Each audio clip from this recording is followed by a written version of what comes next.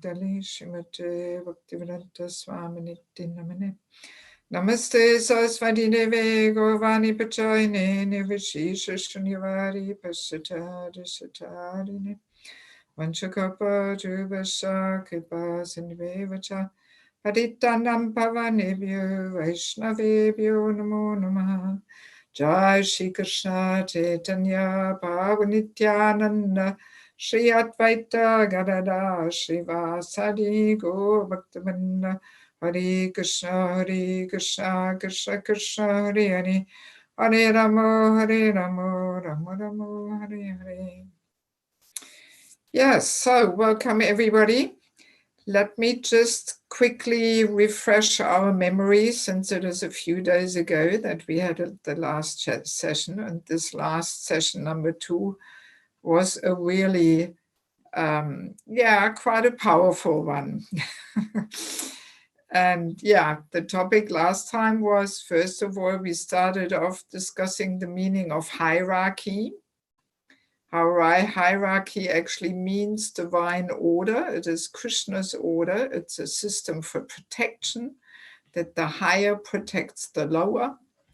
And if Krishna is removed from the top of the hierarchy, meaning that if people become less God conscious, or they lose their God consciousness, then that system for protection becomes a system for exploitation.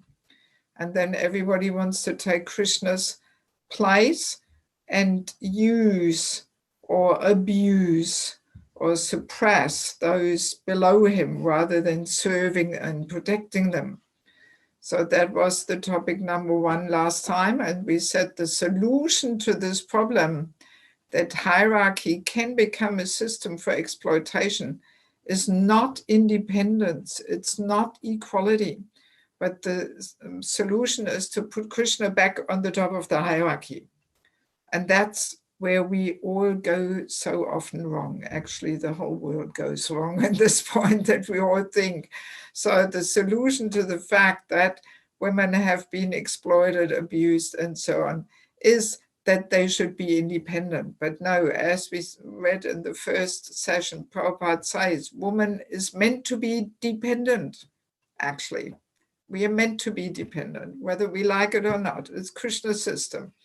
So, and we have to be smart. We have to depend on somebody who is worth depending on. That's the whole crunch. Yes. Because, last time we were getting into all details. For those who were not there, please listen to the session number 2 last time. It's a whole big discussion, that this if women's equality, women's independence, this is really what puts the Krishna system out of place, actually.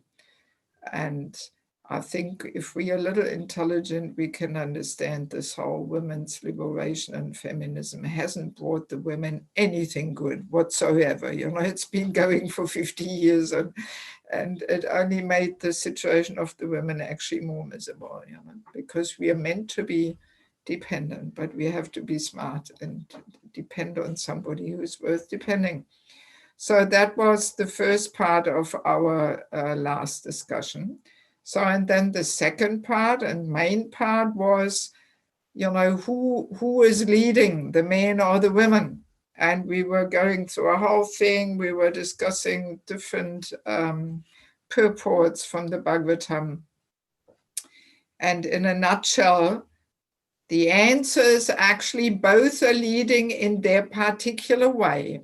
The men are leading up front by being on the front, and we women, we lead through our powerful energy, because feminine energy is so much more powerful than male energy. A woman has the power to bring out the very best out of a man. Of course, in order to bring something out of him, there has to be something in him. Otherwise, too bad, we can't bring much out of him. So there has to be some good qualities there, definitely. But that's the power of a woman. Prabhupada is describing that, that a woman can really bring a man to the heights of his performance, materially and spiritually, if she uses her powerful feminine energy to actually be the power of inspiration to him, the auspicious source of energy to him. And we do that by taking the humble and subordinate position and giving our energy to him to make him the hero. That's the whole secret of Krishna's system. And of course, this knowledge is completely lost and forgotten these days. And as we were saying, once we women understand these things, then the fact that a woman should be submissive, as we often hear, it loses its bitter taste, actually, because we realize why, that there is such an important and powerful reason behind it, that we can really empower a man, you see. So it's a whole big thing, you know, and we were discussing what effect it has on the men, on the women, on human society in general, if women are competing, because this competitiveness of the women, this is coming in through this whole propaganda of man-woman equality. That's how we women don't agree anymore to be the power of inspiration to the men, and we want to compete. We want to be the hero ourselves, and that weakens the men because they need that feminine energy to be inspired. That's why the men in Kali Yuga become so irresponsible, useless, you know, undecisive, you know, and lack of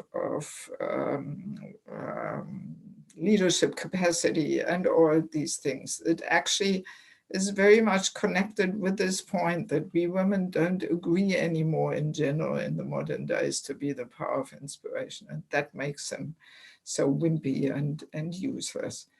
And yeah, and for the women, it has the result that they become more masculine and we lose the feminine qualities, whereas the men become more feminine and we lose the masculine qualities. And also the men will not feel inspired to really care and protect a woman, because what inspires him is if she depends on him. But if she's independent, she can do it all herself, he doesn't feel inspired. So, and yeah, whole society is topsy-turvy, the family unit becomes more unstable and ultimately is broken by the slightest differences in opinions and quarrels and so on. And yeah, and life becomes upside down, basically. You know? So last time we were really so strongly focusing on the role inside of the women. And actually we can say this whole seminar is really targeting the woman's role, because that role of the woman is so super important. You know, she is like the backbone to society. We discussed this last time at the end, how she is like the spine, keeping humanity upright and straight and functioning. But the spine is in the back of the body, it's not in the front. So it's a very nice little analogy to understand our position. You know, the fact that we are working from behind doesn't mean we are not important. No, the other way around, we are so super important to keep society sane and pure and functioning well, you know. So I just want to add a few little things, you know, to the main side, basically, because we were running out of time. I mean, usually these sessions, each session, I usually actually use 3 hours, but here we are putting everything in 2 hours, so I have to condense it a little bit more, you know. So for the men, the conclusion of this whole discussion last time is very clearly that the men have to be genuinely Krishna conscious, that they don't misuse their superior position, like going back to the topic of hierarchy. You know, we were saying it's Krishna's divine order for protection, and that the higher should protect the lower. And if God consciousness, you know, decreases, then the higher will abuse and use the lower. So basically, this means for our practical life that the men have to really be genuinely Krishna conscious and understand their superior position is meant to protect those who are below them and not to use them for their sense enjoyment or to disrespect them and put them down. And this is also a subtle ego gratification, you know. So that's where the responsibility of the men lies, that they have to really play their role of protecting and providing very nicely and taking charge and understanding they have to serve, you know, the women and by caring for them and protecting for them. And we were very briefly, you know, reading this verse from the Manu Samhita last time at the end, where it said, where women are honored, there the gods are pleased. But where they are not honored, no sacred rite yields rewards. So that's another point that, you know, once people in general understand what an important role we women play. So that means very clearly for the men, you know, they have to really honor and respect women. And this is the point. In spiritual culture, the women are highly honored and respected, even though they may externally keep to the back, but they're treated like the jewel, which they carefully protect, because people understand that the women are the Lakshmi Devis, they're the power of inspiration, you know, so they're actually highly honored and respected. And I want to share this funny little incident. Once His Holiness Bhakti Vaibhava Maharaj was giving a lecture, I think, if I remember correctly, it was in Ukraine somewhere. And it was a topic about women being mothers and so on. So then in the question answer session, one brahmachari asked, well, but how are we actually meant to treat women as mothers? What are we meant to do actually, especially as a brahmachari? So then Maharaj gave this fantastic answer, which I always remember, you know. He said, women are very powerful. If they want, they can finish you off. So you better respect them. That was his answer, you know. And I thought it was just excellent in a nutshell, you know. Saying women are very powerful. You know, if they want, they can finish you off. So you better respect them. That was his answer. And it's a fact, there is even instruction that actually a man should not take sannyas if he doesn't have the blessings of the women, you know, because as Maharaj says, you know, a woman can finish a man off. If she just tries hard enough with her powerful energy, she can make any man fall down, you know. So that's why actually there is an instruction, I think it's in Manu Samhita also, where it says a man actually needs the blessings of the ladies to take sannyas, that they really wholeheartedly want him to be a sannyasi, and then they, you know, then they support him. They will, you know, leave him alone. They will not finish him off, you know. So yeah, I mean, that's the thing. I always like to emphasize this to the men, that they have to respect women and understand what power they have and what important role they're playing, you know. Yes. And of course, very clear in a culture where sense gratification is the topmost all in all, and sex life is the highest goal in life and highest enjoyment, a culture of sense gratification always is based on a culture of disrespect. So there, in a culture of sense gratification, the women become the object for sense enjoyment. And therefore, women are disrespected in materialistic culture, disrespected, you know, because you can only enjoy sense gratification if you disrespect a person, you know, because sense gratification means you use others for your gratification. So you only do that if you disrespect a person. But if you actually respect a person, if you have genuine respect for a person, you will not use the other person for your personal sense gratification, you know. So we have to clearly understand that, you know, that a culture of sense enjoyment always goes together with a culture of disrespect. So that's why, you know, in the modern Western world, women are actually not respected because they're seen as object of sense gratification. Whereas in spiritual culture, you know, that's not based on sense gratification. Sense gratification is not the topmost goal there. You know, so there women are actually more respected than in materialistic culture. Even though we may not so easily see that, one has to look a little deeper to see how women are actually highly respected in spiritual culture. And I have experiences in Bangladesh. People have so much respect for women there, you know, yes, you know. But we often look external, and just because we women keep a little in the back there, you know, that means, oh, we are disrespected, we don't get the same chances. No, this is just such a distorted and cliche type vision. You know, I'm always pained to hear all these things, what people think, how women are treated in spiritual culture. It's completely different. The actual fact is completely different than what people can see. You know, one actually has to experience it. You know, one has to actually spend some time in such a culture to actually experience what really woman's position is, you know, just from far away by hearsay and external judgments, we cannot actually really understand the full picture, you know.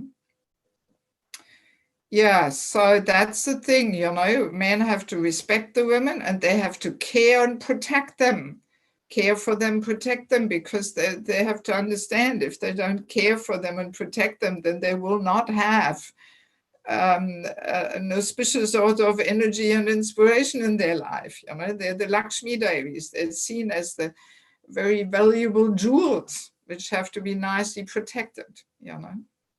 So yeah, that's, and interestingly, the topic we discussed last time, you know, how a woman has to be the power of inspiration to the man. This is not only in regards to husband-wife relationship, but actually also in regards to mother-son relationship. When the sons are, you know, teenagers, 16 plus, a mother also has to treat the son like her hero. She has to become the power of inspiration for him. If she continues always correcting, instructing him and nagging him and complaining and demanding, and this can finish a son completely off. I've seen it, how women, when mothers don't have this knowledge, they can actually ruin their sons' lives just by doing the wrong thing, you know. Yeah, same principle there like with a husband, what we discussed in session 2 last time. And also with all men around us, you know, even I as a preacher, I always have this experience too. You know, if I compete with a man or my ego gets better of me, then boom, I immediately get some unwanted and unpleasant reactions, you know. So then I'm always smiling to myself and realizing, yes, I mean, if we want harmonious relationships with men around us, we have to learn these things, you know. It doesn't matter in which position we are, even if we are not married and even as a traveling preacher, you know. So this competitiveness with a man, they cannot tolerate it. And we usually get some unpleasant reactions and tensions in our relationship with the men around us, you know. Okay, so I would like to that was just a little addition to last session.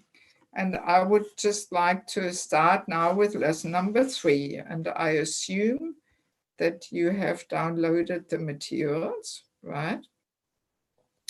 So again, we have 2 topics.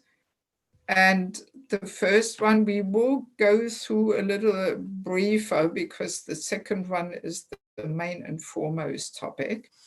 So the first topic of this session is 2 kinds of beauty.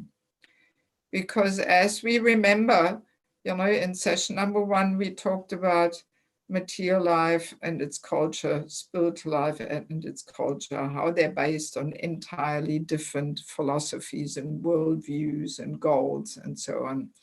So, and how they're like day and night, verse 269 in Bhagavad Gita, So understanding that makes it very clear that there also has to be 2 different kinds of beauty in life. Materialistic beauty or material beauty and spiritual beauty.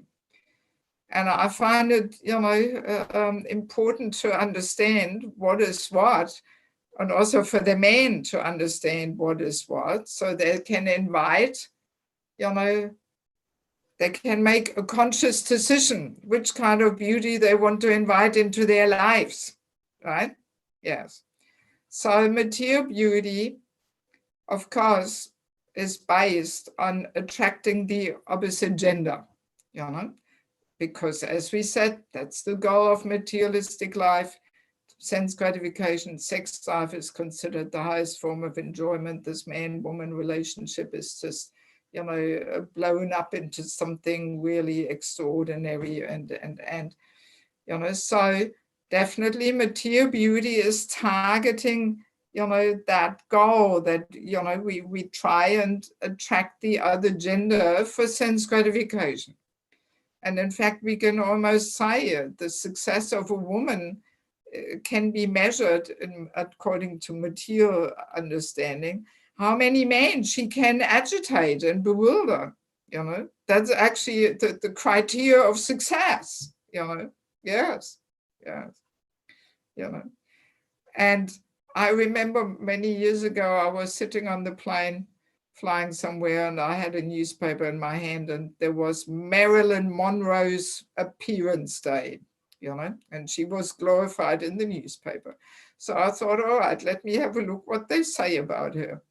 And she was glorified as being the most lusty woman in the world.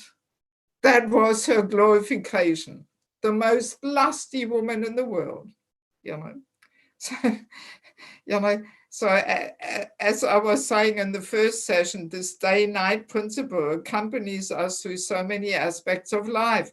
So what is seen to be the greatest success in material life is the lowest according to spiritual considerations, So in any case, material beauty is always sensually agitating, and actually it's disturbing the mind, and it is feeding the lusty, the fever of lusty desires in men as well as in women, And yeah, interestingly, even we can ask ourselves, so why, let's say a woman is dressing in a provocative and sensual way. Why is this feeding the lusty desires in other women? Well, because there's often competition there. Then other women see, oh, gee, look at her, how she walks around. Maybe I should also do like that, and so on. So it actually feeds also the lusty desires in other women, because there's always some subtle competitiveness actually there, And sometimes women have shared with me that they don't dress up for a man, but they dress up for other women, to win the competition, Yes. So this is there, And in Amritavani, in the book Amritavani, it's a very wonderful book by Bhaktisiddhanta Saraswati Thakur. There he says, wearing opulent clothing is more harmful to others than eating palatable foods. He's comparing foods and clothing, I mean, we also have the saying, we eat to please ourselves, we actually dress to please others. That should be our motto, we dress to please others. But if people wear, overly opulent clothing, then this is actually harmful to others.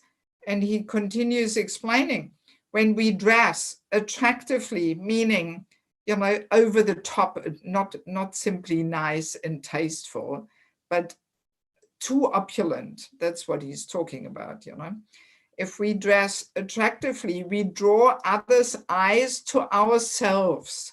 The purpose of gorgeous dress is to distract people's minds and eyes from Lord Hari's worship. So this is actually what's going on in a subtle way, that we want to distract people and bring attention to ourselves rather than people paying attention to the Lord. We are actually competing with Krishna. We are competing with Radharani, actually.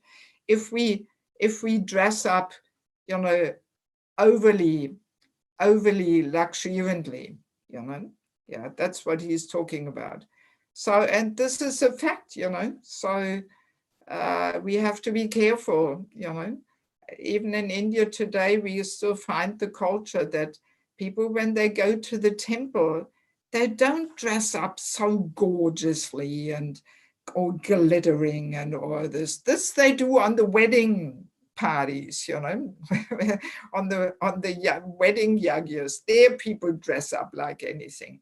But when they go really to the temple to a function, they dress nice and tasteful and clean and nice, but not, not really over the top, And that understanding, sometimes I have observed this in the Western world, we don't have that. We simply think, yes, we women should dress up. And then sometimes, we dress up in a more material sense and bring attention to ourselves, but that doesn't bring auspiciousness to the atmosphere, So this material beauty, which is essentially agitating and disturbing the minds and feeding the fever of lusty desires and distracting people's attention from the deities to ourselves, that kind of beauty actually leads to contamination and degradation, And especially for us women, because as we said in the first session, we are driving the sports car here.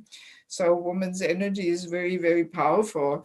And we are meant to bring color and beauty into life, but we have to dress in a chaste way and not in an essentially agitating way, because that really pollutes the atmosphere, very clearly.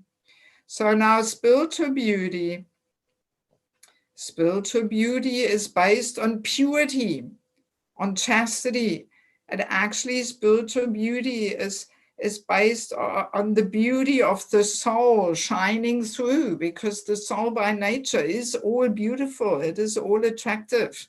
The soul has exactly the same qualities like Krishna has, just in small quantity. So every soul is actually so beautiful, but through the material contamination, that natural beauty of the soul is covered under thick layers of dirt.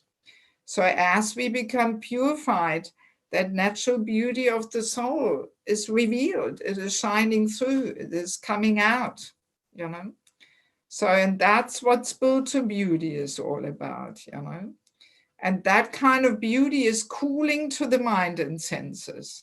And it is reducing the fever of lusty desires. And it is uplifting the whole atmosphere. It creates auspiciousness.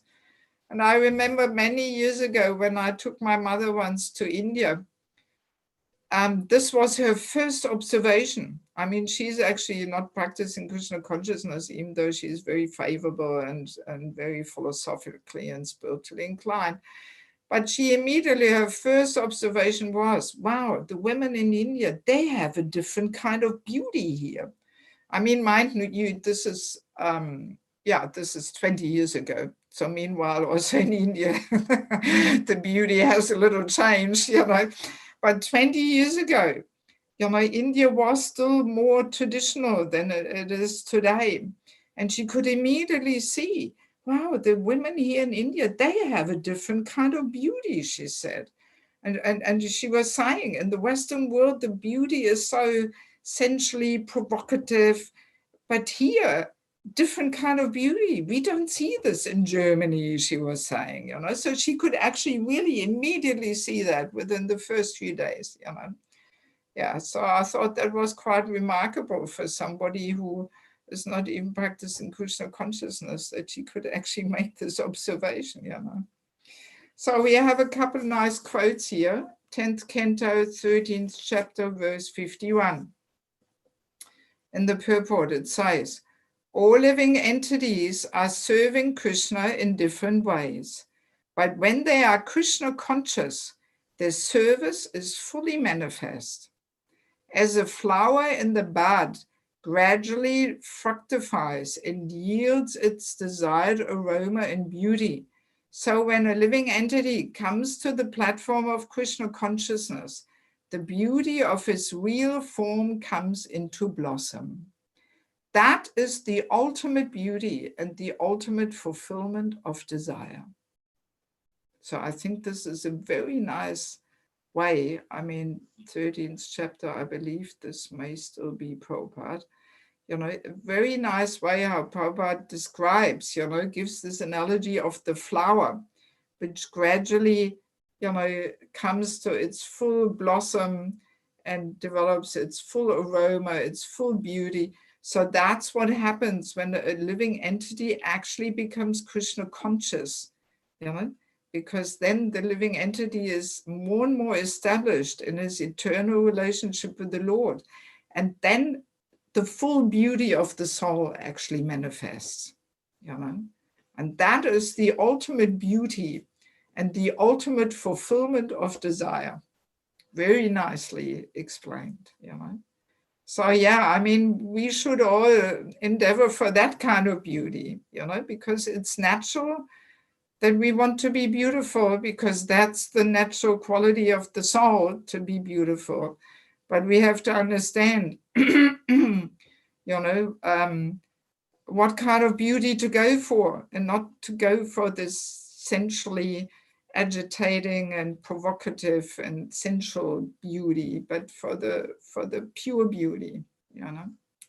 And then we have another purport also, 10th Canto, 20th chapter, verse 13. As all creatures of the land and water took advantage of the newly fallen rainwater, their forms became attractive and pleasing, just as a devotee becomes beautiful by engaging in the service of the Supreme Lord. So this, I think this is in the chapter of the seasons, where it describes the seasons in Vrindavan, you know, and this is, yeah, the rain season, I think, when, you know, the newly fallen rainwater, you know, and everything becomes pleasing and so on. So then Prabhupada continues, we have practical experience of this with our students in the International Society of Krishna Consciousness. Before becoming students, they were dirty looking, although they had naturally beautiful personal features. But due to having no information of Krishna consciousness, they appeared very dirty and wretched. Since they have taken to Krishna consciousness, their health has improved, and by following the rules and regulations, they have increased their bodily luster. When they are dressed with saffron-colored cloth, with tilak on their foreheads, and beads in their hands and on their necks, they look exactly as if they have come directly from Vaikuntha. Very nice, you know. Yeah, so these are nice little, you know, descriptions of the spiritual beauty, you know. So yes, you know, the purity of our consciousness, of our heart, that brings the real beauty of the soul out, you know. And that kind of beauty is very uplifting and for the consciousness, and brings auspiciousness, you know. Yeah, and just very quickly, you know, since it is one of our roles of the women that we are meant to bring color and beauty into life. So, and as we said in the beginning, in the first session, that's why we women are also usually more on the bodily platform, because that inspires us to make ourselves pretty and decorate ourselves and choose nice colors and this and that, you know. So, and that's why it's very important for us women to clearly understand, you know, actually how beautiful really Krishna's fashion is, you know. Sari, this is what everybody wears in the spiritual world, you know. And if we want to go there one day, we have to cultivate the taste, you know, otherwise we will not fit in there. And I find sari always really the perfect way to dress elegantly, nicely. We are always dressed in a nice and appropriate way in a sari, actually, you know, and it fits everybody. It's so practical, no matter whether you put on weight or you lose weight or you're pregnant or whatever it may be. Sari always fits, you know, you don't have to worry about sizes and this and that. And it's just the most elegant way of, you know, covering the body, really, if we wear it properly, you know. And I mean, often when I'm in India, I smile to myself when I see the Indian ladies and they like to be like the Westerners and they put on jeans, and often their bodies are not really suitable for jeans, you know, and their hips are so wide and it looks so awkward. And I'm often thinking, God, you know, why aren't they putting a sari on? You know, this would look so much nicer than squeezing their big hips into some tight jeans or something, you know. Yeah, so yeah. And I mean, also, we were very briefly touching upon it in the first session. And for those who don't know, I mean, I have put a whole book on this topic here, you know, which we are discussing. The you know, man-woman thing is in this book, Spiritual Culture, Krishna's Divine System. So there I'm getting more into all the different aspects of devotional clothes, because there's so much confusion about this that many people say, oh, it's all external, not important and this and that. But no, it has a big influence on our consciousness, you know, and spiritual fashion is designed to minimize bodily concept, bodily identification. So Krishna has given us this wonderful frame, you know, and like dress of a sari gives us women plenty of opportunity to express our mood, our taste. There's so many different designs and colors and qualities, and my God, you know, I mean, it's a big variety to choose from and to express oneself according to one's mood and taste, you know. So if we stick to this frame of sari, and at the same time sincerely practice Krishna consciousness, Shravanam Kirtanam, then gradually we do get off the bodily platform. That's the whole thing. And very often the ego wants to break out of this frame of sari, you know, and we women say, oh, I don't want to wear sari, I want something different. And then all kinds of other fashions enter, you know, like 36 years ago when I joined Krishna consciousness, nobody was wearing gopi skirts and all these tailor-made tops and all this. This did not exist in those days, you know. And this just all came in, you know, and it kind of feeds, it allows room for this tendency of somehow wanting to break out of this frame that Krishna has given us, actually, you know. And Prabhupada used to be very particular about wearing saris. I've got all different quotes in the book, you know.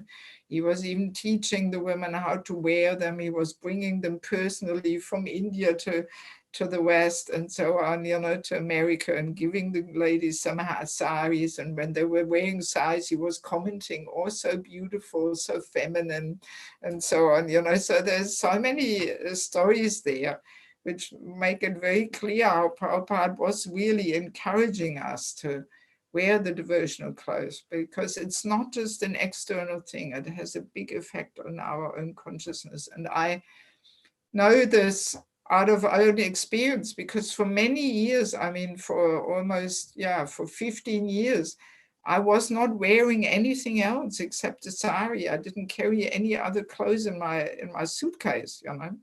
And only now where I'm stuck in Germany during this crisis, and it has been sometimes cold and snow, so of course a white sari, not so suitable. So all right, I still got some pair of jeans from 20 years ago, you know, so I kept it just in case.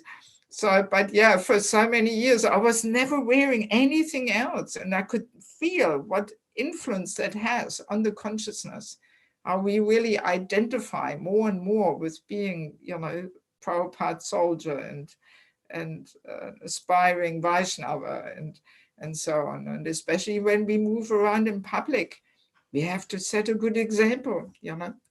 And so often I've had it that people say, oh, you Hare Krishnas, you're still existing. We never even see you anymore, you know, because we go in kami clothes everywhere. So people don't even recognize us anymore. And they were saying, oh, gee, yeah, in the old days we were seeing you all the time, but now we don't even see you anymore. We didn't even know that you're still around, you know. So I've had such kind of comments, you know. And I've also got experiences, what a wonderful preaching opportunity it is when we wear devotional clothes. You know, it's the most immediate way of preaching. People recognize us. And so many times people come up and ask questions. I had it all the time on the plane, on the train, you know, that people ask me questions. I always carry some little books and brochures with me, and I often give them to people on the plane or train and so on, you know, and I talk to them, and, you know, so it's a wonderful preaching opportunity. I've even met Prabhupada disciples who were out of touch with ISKCON for 30 years. And just because I was wearing a sari, they recognized me as a devotee. They came up to me, talked to me, and so on, you know. So I've had the most amazing experiences just walking around always in devotional clothes, you know. So it's, yeah, it's something we should not minimize, you know, the importance of wearing devotional clothes, you know. Yes, all right. So I want to leave it at that with this first topic and just see. I mean, today we are an extremely small group. Last time we had more people. But let me see if we have some questions just about the two different kinds of beauty now. Do we have any questions there?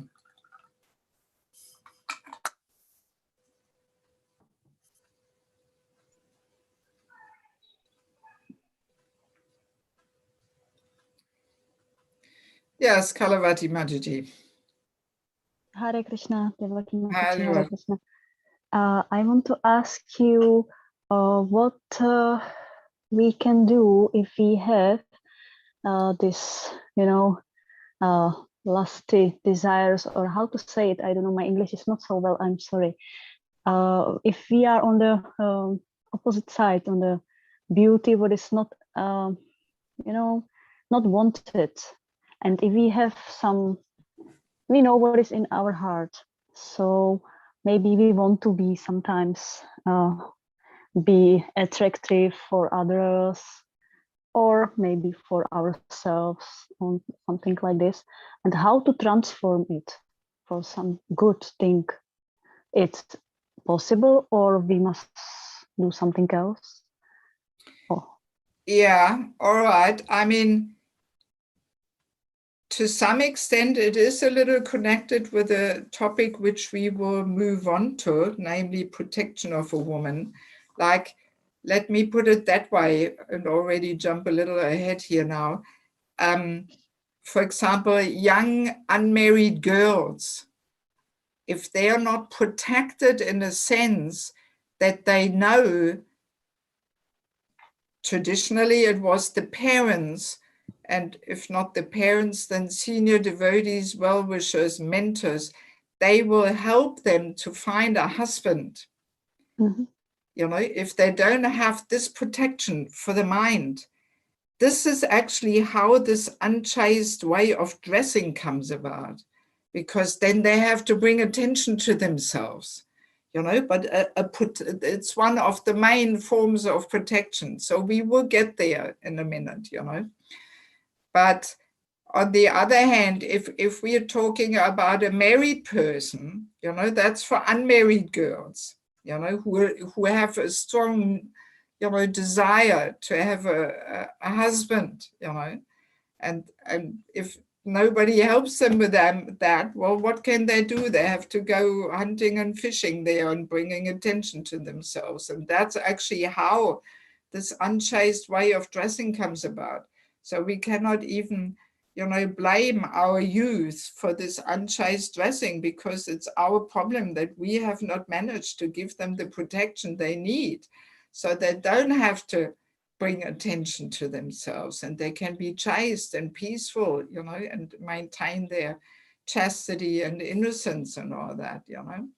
But if we talk now about women who, you know, are actually married, well, step number one is always hearing about the topic, you know, that we hear, oh, okay, there is two kinds of beauty, you know. Sometimes people may have never thought about this. It may have never entered their minds that there's two kinds of beauty, you know, and what kind of beauty we should be striving for and developing. They may have never thought about it, you know. So by hearing the difference of what is material beauty, what is spiritual beauty, you know, that hopefully should inspire, you know, to develop the right beauty, the uplifting and the auspicious beauty, you know. And then also it is a matter of just following the Vaishnava etiquette, because there is, you know, Vaishnava culture is recommending us how we should dress, you know. And of course, if we don't follow that, then of course it makes it difficult to transform those desires and understandings and so on, you know. So Vaishnava etiquette and culture is always our saving grace, you know, that we, you know, we follow that, at the same time having the desire to actually, you know, develop that chaste and attractive beauty, you know. Yes.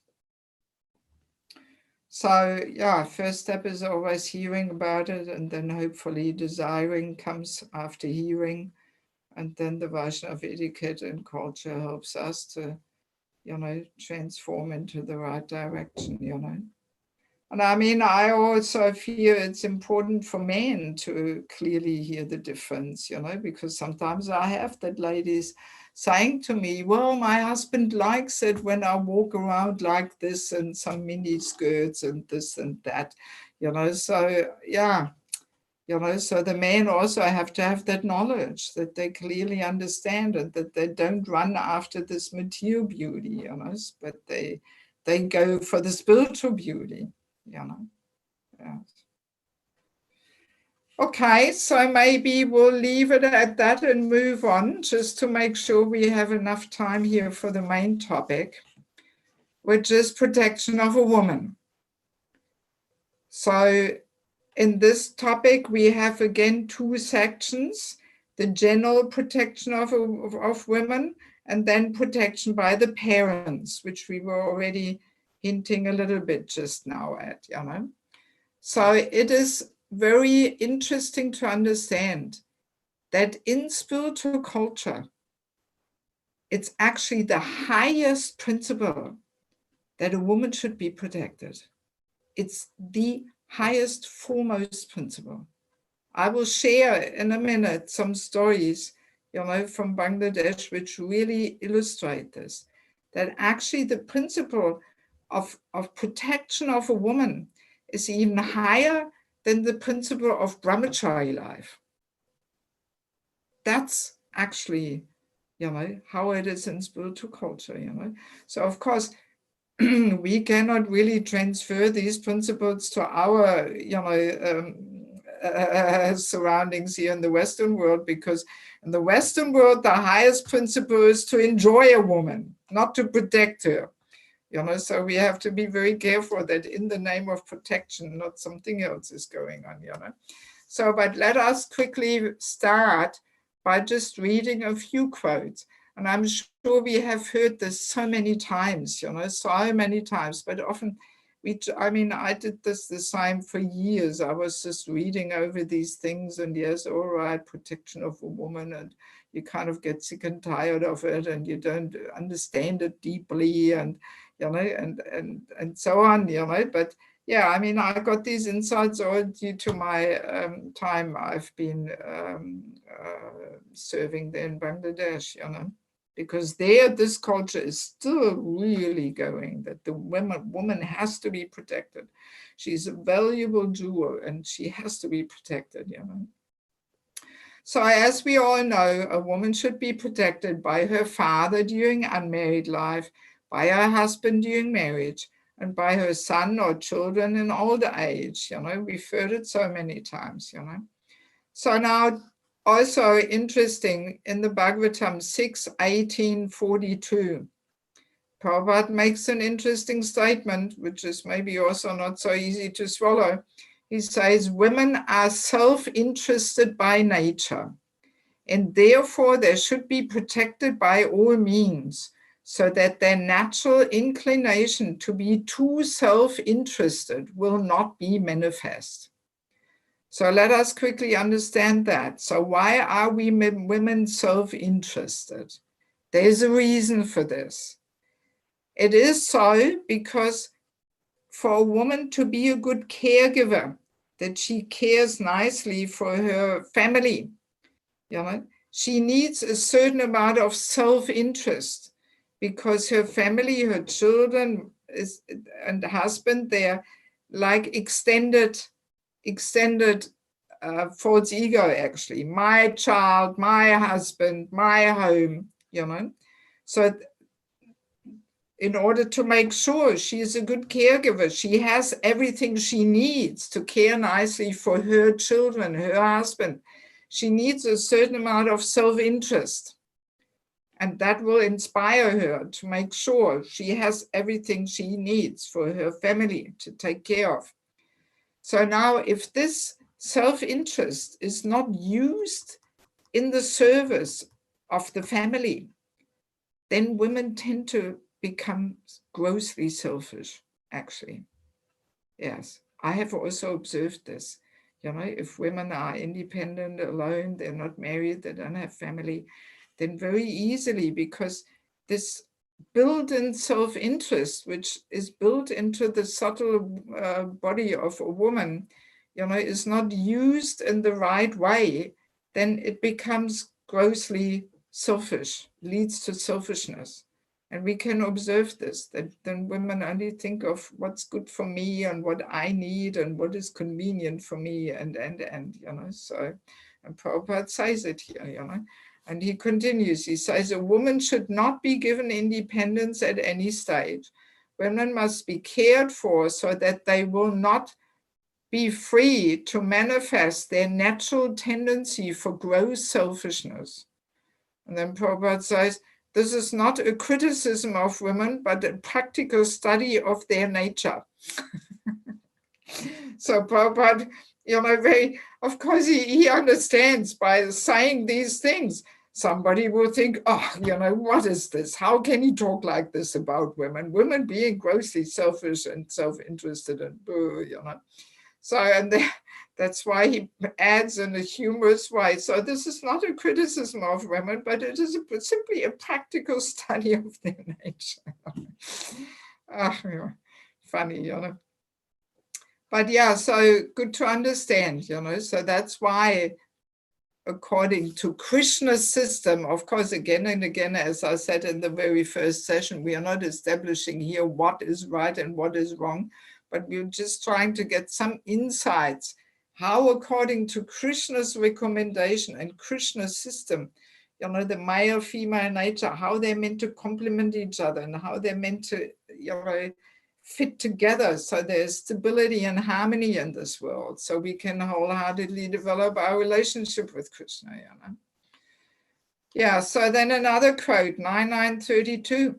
Independence for a woman means miserable life. In this age, so many girls are unmarried and falsely imagine themselves free, but their life is miserable. You know? I mean, powerful, you know. I remember I was once giving this course in Mayapur to a whole group of Bhakti Shastri students from the Mayapur Institute, you know, 35 ladies. And I asked them, so what do you think about that statement, you know? And they all were nodding, saying, yeah, it's true. It's true. It's miserable life, you know, to be alone and independent and so on, you know. So then 421.4. Similarly, a welcome offered by unmarried girls who are internally and externally clean and are dressed in nice garments and ornaments is also auspicious. You know, here is the spiritual beauty described. Young girls, innocent, pure-hearted young girls, if they're nicely dressed, you know, they're usually, you know, they welcome, you know, they're part of the welcoming party there. I've experienced this all in Bangladesh. When you go to a public program, preaching program, you know, then they have this whole thing, all these young unmarried girls lined up, all dressed up nicely, all very chaste and pure-hearted and innocent, and they give the welcoming, they throw the flower petals and conch blowing and the whole thing, you know. This is just when you go on a preaching program, you get such a welcome there, you know. It's quite amazing, really, you know. It's a whole different planet, really, to what we know here, you know. Kumari, or unmarried girls, untouched by the hands of any member of the opposite sex, are auspicious member of society. Even today in Hindu society, the most conservative families do not allow girls to go out freely or mix with boys. They are very carefully protected by their parents while unmarried. After marriage, they are protected by their young husbands, and when elderly, they are protected by the children. When thus protected, women as a class remain an always auspicious source of energy to men. You know, so here we have that one sentence which I took out last session and only quoted that. So yes, you know, for us women to be an auspicious source of energy to the men, we have to be protected. You know, if a woman is unprotected, she can become an inauspicious source of trouble to men because of their powerful energy, you know. Yes. So Prabhupada explains it all so nicely there in the Bhagavatam, you know, but we have to understand it and see things more deeply, you know. Also in one conversation, I think it was, Prabhupada says, thus women like children should not be given freedom. It is not good for them. Because of their simple nature, they can easily be trained in goodness or misled by degradation, you know. And I mean, it's really a fact, you know. Very often I come across this, that ladies, because they're not protected, somebody comes and takes in some way advantage of them, you know, either financially or emotionally or sexually, or, you know, and yeah, I mean, we can't deny these things, which are in the Bhagavatam. It's Krishna's system, you know, even though when we hear, you know, we should not be given freedom and independence, we feel restricted. You know, we very easily, the ego rebels. Oh no, what is this? I want to be free. I want to do what I want to do. Yeah, but then very easily we can get ourselves into trouble, you know. Yes. Yes. So now let us understand what does it actually mean, this protection of a woman, you know. So yes, we protect something which is very dear and valuable to us. You know, like a valuable jewel, we protect from thieves, so nobody can steal it, you know. So actually this whole woman's protection, it's a very caring thing there, you know. And I do want to share a couple of stories just to give you an idea, you know, from Bangladesh, where I've experienced these things. So like many years ago, this is maybe 15 years ago or something, I was traveling in Bangladesh and I was very sick. I had typhoid. By the way, when I visit Bangladesh, I'm always with the devotees, you know, I don't go anywhere by myself. Bangladesh is a country where women cannot move around by themselves, you know, so I'm always with the devotees, you know. Yes, it's very different to India. In India, as a woman, you can travel around and do your own thing and this and that. There's so many tourists coming. But Bangladesh, very different. It's tourists don't go there, you know, there's nothing much to see for tourists. So Bangladesh is very, very traditional, you know. So, and when I was once in Bangladesh there, I'm always in the temple. I don't move around by myself there, you know. So, and I was in the temple with the devotees, we were doing programs. And then I got very sick. I had typhoid fever and it was getting so bad, I couldn't even keep a drop of water in my body anymore, you know. Everything was coming out. I was becoming completely dehydrated and so on. And 3 days later, I was scheduled to fly back to Europe. So I was starting to get worried. And I said to the devotees, let's go to the hospital. I have to be admitted to the hospital. I'm not going to get any better than like this. And I was so weak, I couldn't even stand up anymore, you know. So they took me to the hospital and I was in a room by myself, but there was a second bed there in the room. And during the day, there was devotees with me, you know, Prabhus, Madhujis, people came and took care of me, this, that, and the nurses and everything. And then in the evenings, it was getting later and everybody went home except one brahmachari. He was the temple president. He was sitting there in the corner of my room. And I asked him, Prabhu, why don't you go home? It's getting late, you know. So, and he was umming and ahhing a bit, you know, as we say in Australia. You know, he was saying, well, you know, the doctors think I should stay here with you. And I said to him, this is not necessary. All I need is a bell on my bed so I can ring for the nurse, because the bell was on the other bed, not on my bed. I didn't have a bell to ring for the nurse. You know, so I said to him, well, no need for you to stay, just arrange that I get a bell so I can ring for the nurse. So he didn't agree with that. He was not satisfied, you know. He was just, well, Mataji, in our country, you know, it's different and I should stay here with you. And I said, all right, I don't care, you know, I was just too sick to even worry about it. So he, as a brahmachari, slept in this other bed in my room. Yeah. And in Bangladesh, it would have been a scandal if no man would have stayed with me. It would have been a scandal. Yes. Yes.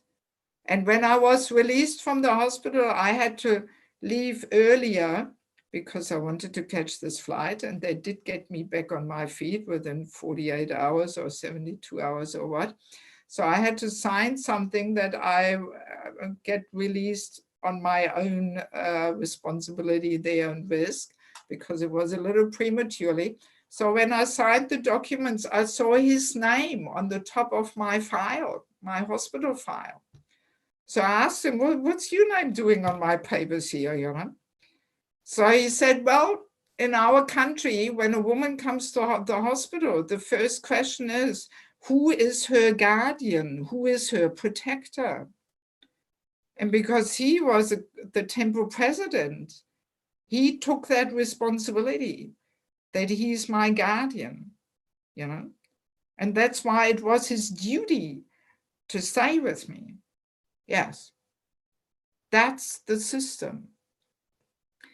And one may say, well, actually, I'm describing the story in this book. And when I put this in, you know, in the manuscript, and I gave it senior devotees to read, and also some Mahajas who support my preaching, you know, some of the Mahajas were saying, oh, do you really want to put that story in the book? You know, what will people think? You know, and I said, no, forget it. I'm putting it in the book, you know, because that's exactly the point I want to make, you know, that what is completely right in Bangladesh would be a scandal anywhere outside of Bangladesh, right? Yes, yes. That's how day and night these two cultures are, you know. So in Bangladesh, it's still lived like this, that protection of a woman is the highest principle, higher than the Brahmachari principle, you know. And if no man, you know, one may ask, well, can't stay a woman with you in the hospital? What about some Mataji staying with you? No, a man has to protect a woman, not a woman protecting a woman. That's not Krishna's system. It's a man has to protect a woman, you know, yes.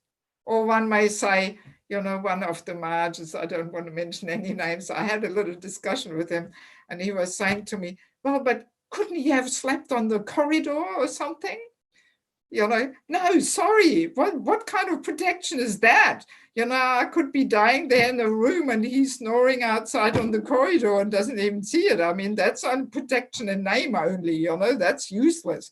No, no, he has to be in the room, you know. Well, that's the culture, you know.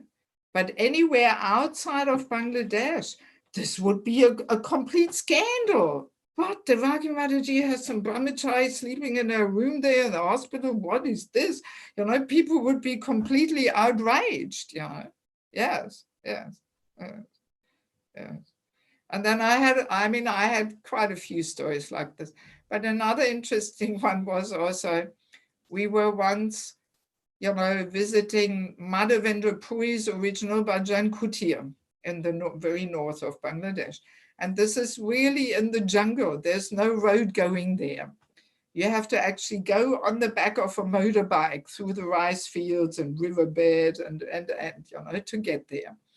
And I had a group of devotees with me from Ukraine. They were all Prabhus, you know, brahmacharis, grihastas, whatever, a group of boys, six boys or what, and some local devotees. So, and I was the only woman there.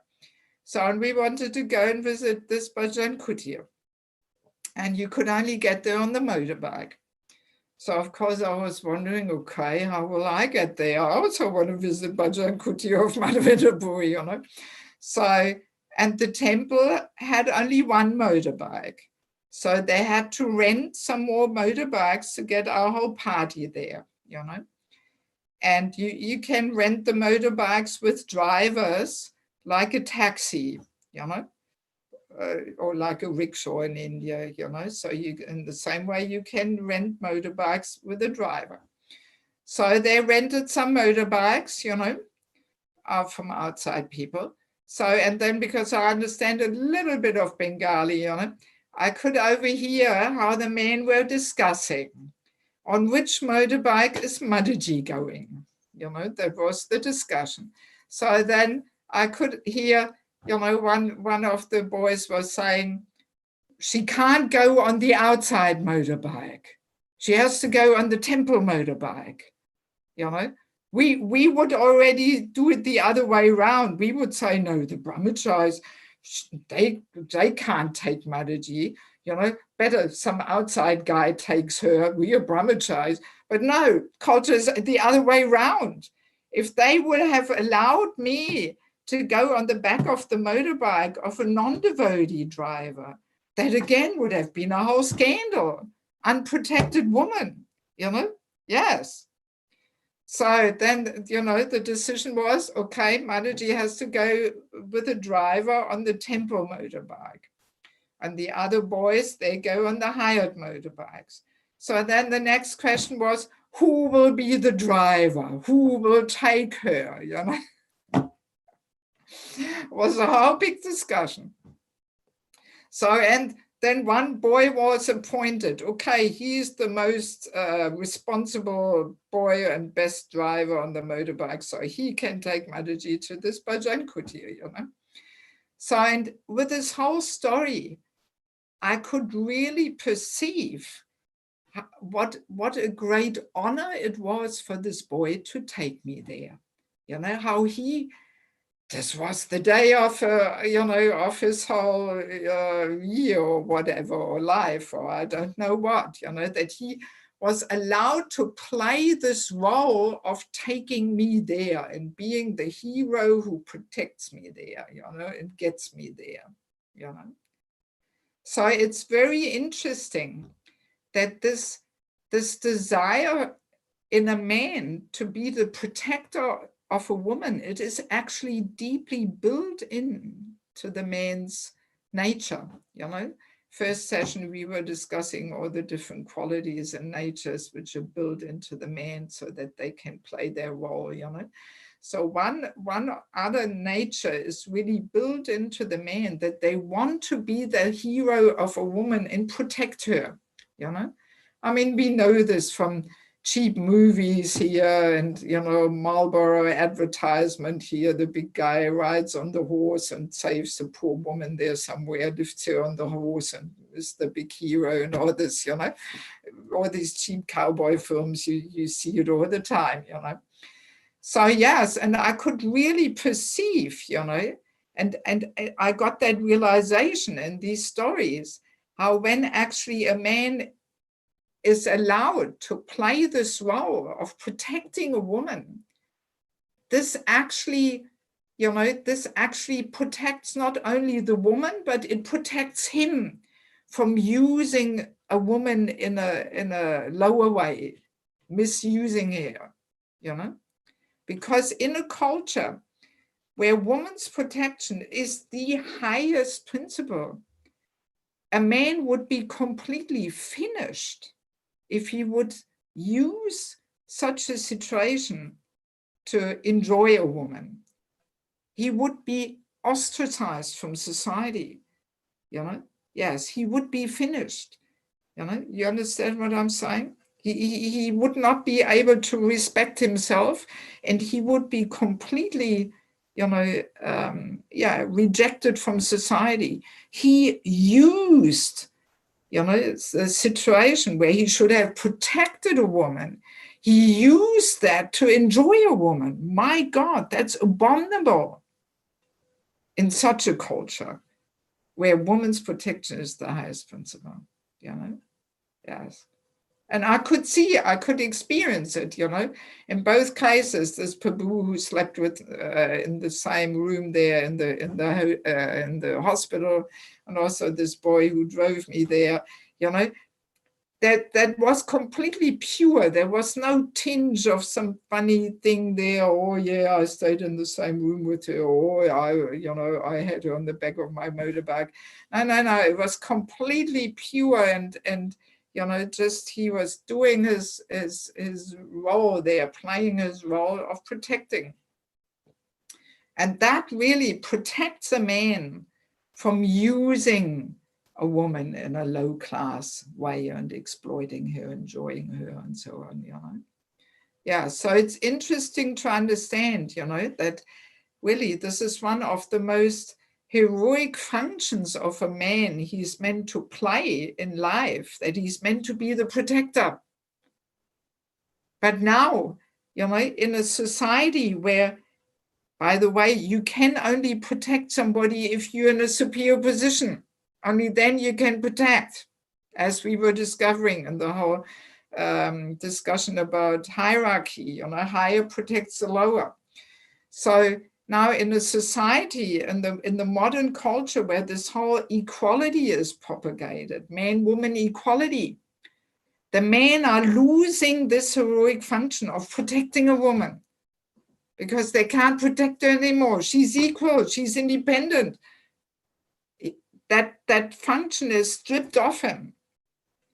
And as a result, his male nature and energy goes in a violent and destructive and abusive way towards women, because he lost his heroic function of protecting her. That's what's going on in society today, you know? Yes, because the men cannot protect the woman anymore, and the women don't want to be protected anymore by the men. I remember many years ago, after I took my mother to India, when she came back, you know, she invited some friends and we showed them some slides from Mayapur and this and that. And I made some prasad and we had some little kind of a preaching program there amongst her friends. And somehow, I can't even remember how it happened, I just made this comment that actually women should be protected. And you wouldn't believe how people reacted. They were getting completely outraged, angry. What? We protected by whom? Why? What for? I mean, people were so agitated, you know, by this.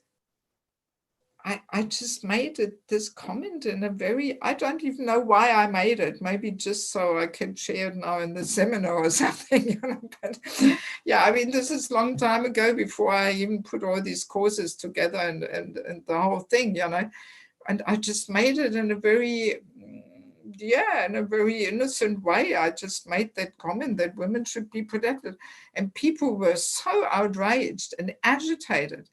The whole atmosphere was spoiled. Some people were getting up and going home, you know. So that's the reaction, you know, for some people. When they hear a woman should be protected, the ego rebels. What is this? And can't I take care of myself? What is this nonsense? I don't need to be protected, you know. So this is the mood in materialistic culture, you know. And you know, in that way, a man cannot play that heroic role anymore of protecting a woman. And that's why, as a result, this violence towards women is increasing like anything. Even in so-called civilized countries like Germany, I read it all the time. These days, I'm looking regularly in the news, what's going on in the world. You know, many years I never even worried about it. But yeah, and I often read this in the German news websites, you know, how this domestic violence is so increasing.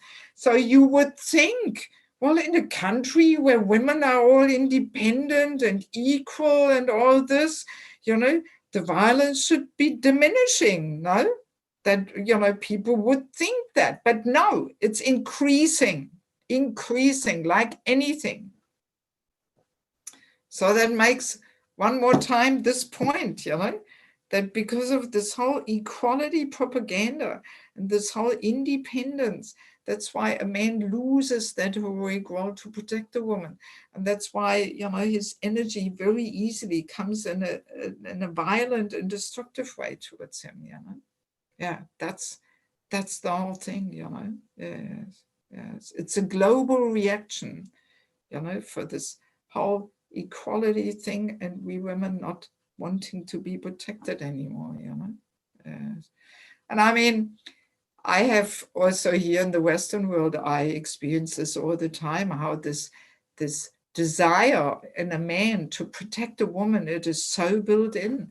Like even here in Germany, when I travel on the train and I have some heavy suitcase, I hardly ever lift my suitcase alone in the train. I always look out for a man and I always ask him, oh, excuse me, can you maybe help me with my suitcase? It's a bit too heavy for me.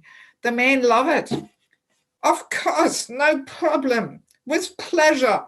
You know, that's the reaction. They will, you know, it makes their day and they can actually play that role. It's so built in. And I remember for years I used to go out on Sankirtan and collecting, and I had a van and I was traveling in all kinds of remote areas. And sometimes when I had a flat tire or something, I was always just flagging down a truck driver and asking him, oh, please, you know, can you help me with this? And they loved it. So I had experiences where men for 3 hours in storm and rain were working there on my car trying to get me going again, you know. And yeah, that that feeling is, built into a man, that he wants to protect her and be the big hero, the savior, to get her back onto the road, it's built into the man, And I remember once I had this funny story here in Germany on the train station. I had just asked a man to help me with my suitcase, and he had agreed. And the lady heard this. And you know what she did? She grabbed my suitcase and put it on the train. I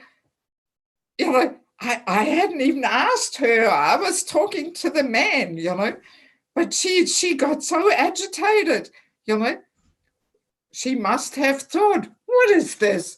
I have to show that, we women, we can do it too. How can she just ask a man? No problem. We women can do it all alone, And I mean, this man and we were just looking at each other. Okay, no problem. Thank you very much. But this is the mood in amongst materialists, that women don't want to be protected. They want to prove I can do it all myself. I don't need this, Yes. Yes. And I mean, another little story, which one Mataji shared with me in a seminar. Actually, it was in India, she was Indian bodied. She shared with me how she was on the bus in India, and she was highly pregnant, really big. And she was in the bus, and there was no seat. And she asked some young man to give her a seat. And you know what they answered, what he answered? His answer was, we are equal. You women want to be equal. Why should I give you a seat?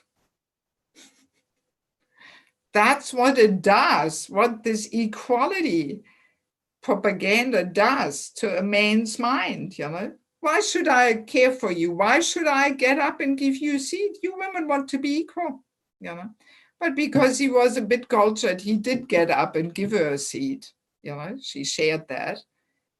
But that was his spontaneous reaction. You women want to be equal. Why should I get up and give you a seat, So that's exactly the effect it has on a man, that he doesn't want to care and he doesn't want to protect. And very easily, because there is some deep frustration in a man then when he can't play that heroic role. So that's why his energy comes in a destructive way then towards women, And this is also a big topic now in India, I can observe it, how, proportionally to why, because the young women also, that this whole Western mood is entering India. They all want to be independent and so on, and proportionally you can see how this aggression towards women is really escalating now in India. It is really becoming very prominent, that there has been so horrible things going on, And I see it as a global reaction to this trend of women wanting to be independent. It deeply in the heart, it frustrates a man, and then he becomes violent towards women, Yeah, so I mean, that's the thing, this whole role of a man protecting a woman, this actually motivates him to be, responsible and successful and successful, because especially if a woman depends on receiving this protection of him, that really builds him up and it channels his masculine energy into a positive direction, And if this motivation is not there, the masculine energy can become very destructive and violent and can lead to sinful activities and so on. Yes. Let me see if I forgot anything here. Yeah, no, that's in a nutshell the first discussion on protection of a woman. So before we go on and look at the protection by the parents, Let me see if we have any questions now, just to this, about this part of protection. Or let me first conclude. So as I mentioned before, obviously we have to be very careful, very careful how we apply this in our present situation in materialistic culture, because as I said, these examples I'm giving, in Bangladesh with the hospital and the motorbike, we cannot now apply them here, because here is a different culture. Here the top principle is enjoying a woman. And if we would now just apply this in the Western world, or anywhere outside of Bangladesh, already in India, I asked, because I usually travel a lot in India, I give these courses in India also, so I've asked the devotees in India, so when you go to the hospital, is also a man staying with you in the room? And they said, no, this is not like that anymore. And has already changed the whole culture. But in Bangladesh, it would be outrageous if a woman is without a male protector in the hospital. It would be unacceptable, a scandal, really. Yeah. So we cannot apply these things. So please don't misrepresent and misquote me here and say, oh, Devaki Mataji said if a woman should be in the hospital, there should be a brahmachari, staying in her room or something. No, I'm not saying that. But I just simply like to share this story just to give you some little insights how Krishna's system actually is meant to function, Yes.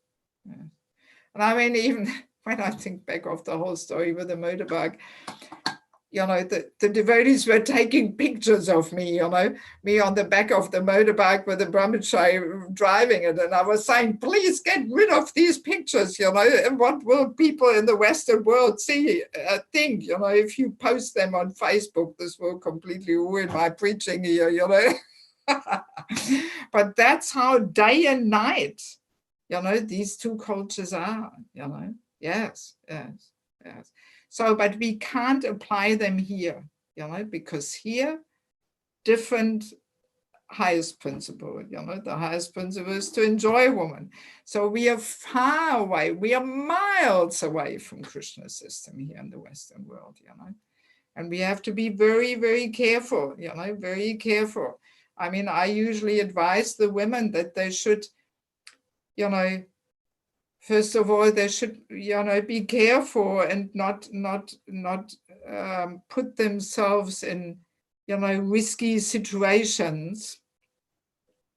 And when they travel alone and this and that, and be always mindful, that they are unprotected and so on.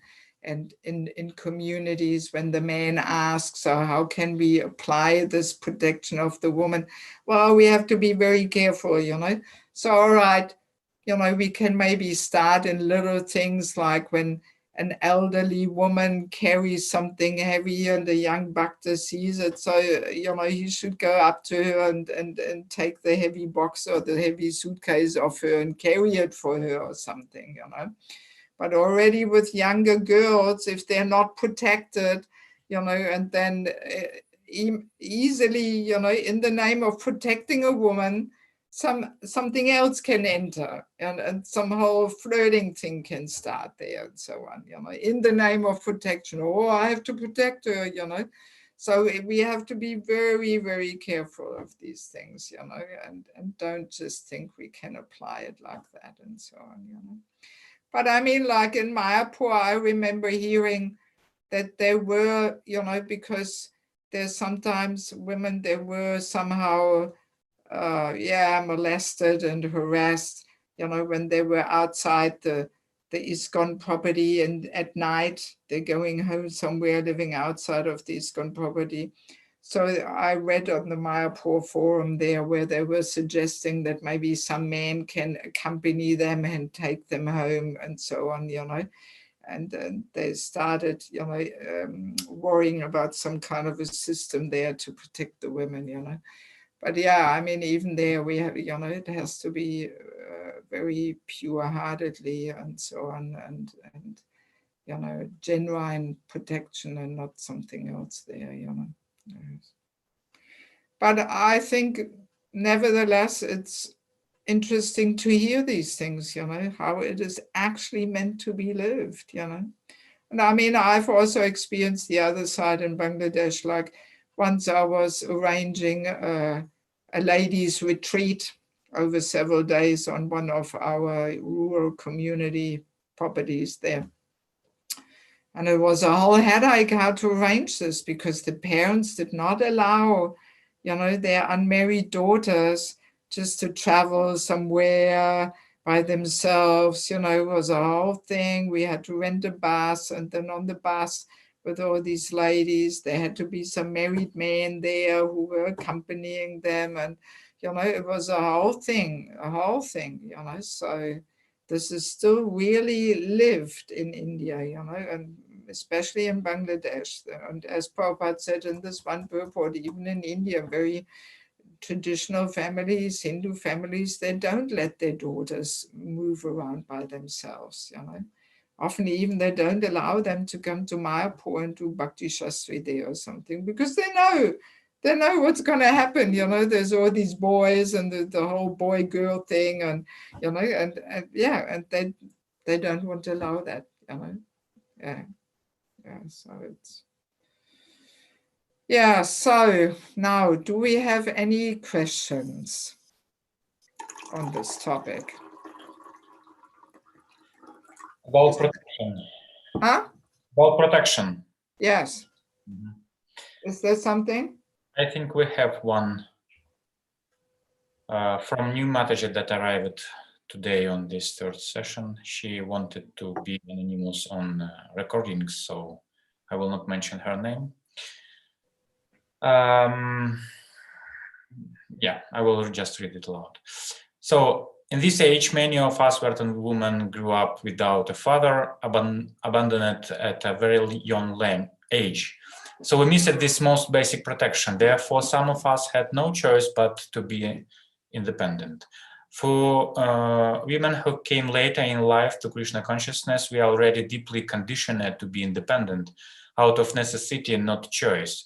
Making the adjustment to become independent on a man is very challenging because we have been wounded so badly. Could you kindly speak to this? What advice would you have for women who find themselves in this position? Thank you. Well, I mean, you know, really, I mean, the goal of this whole seminar is really to give insights into Krishna's system, you know.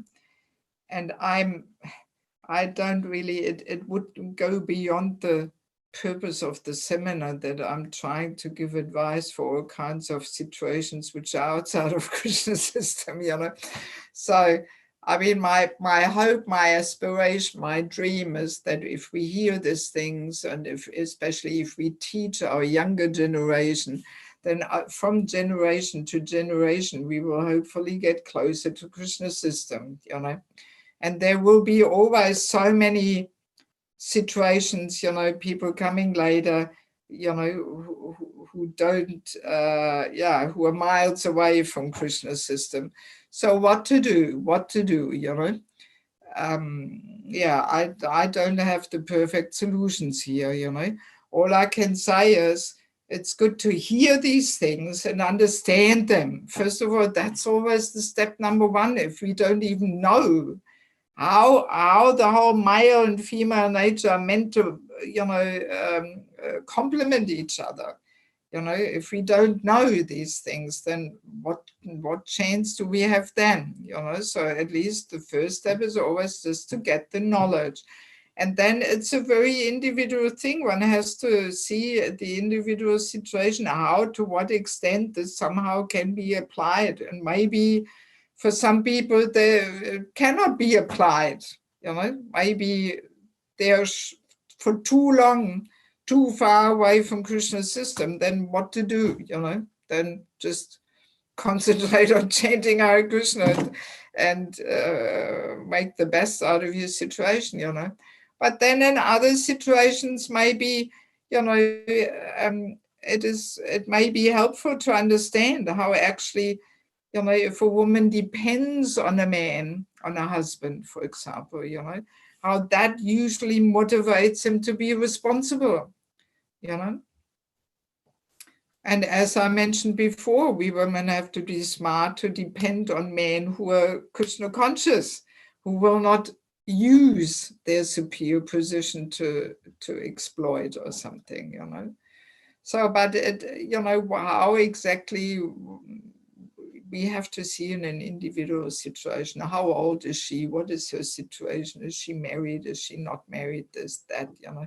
So it cannot just be answered globally. And as I mentioned, it's also not the purpose of the seminar really to now give all kinds of fixed solutions here, you know. So yeah, I would just like to leave it at that. Is there any other question?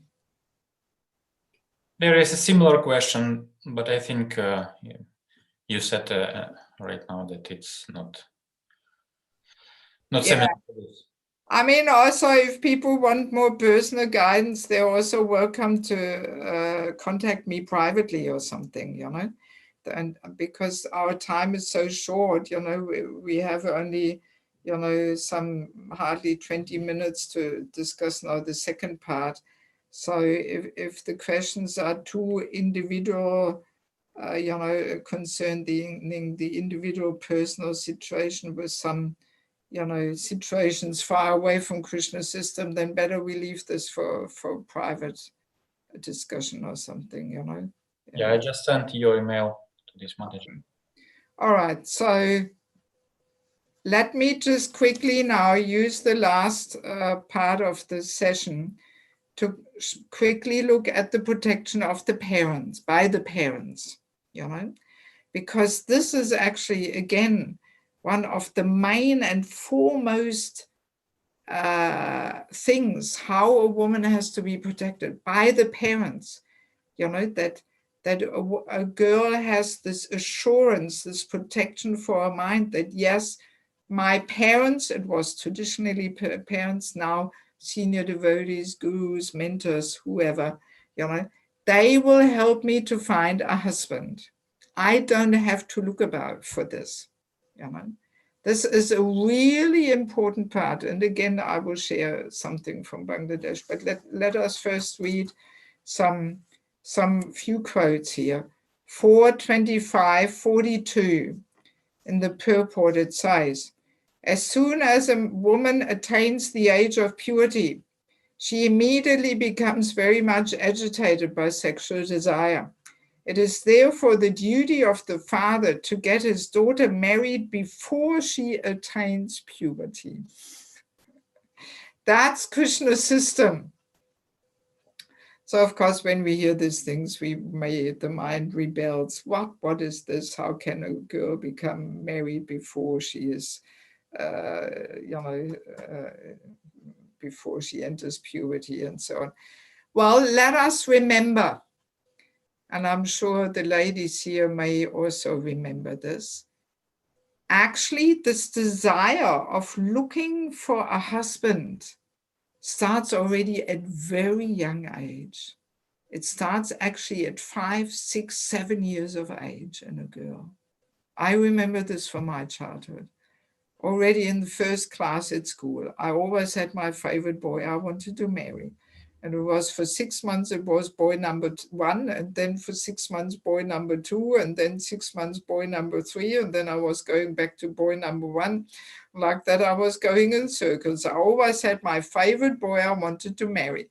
And already at that age, I was somehow, you know, somehow inquisitive enough to ask myself, why do I always need a favorite boy to be happy?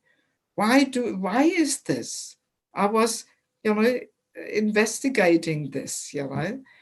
Already at that age of 5 or 6 years, I noticed it and I was wondering, you know.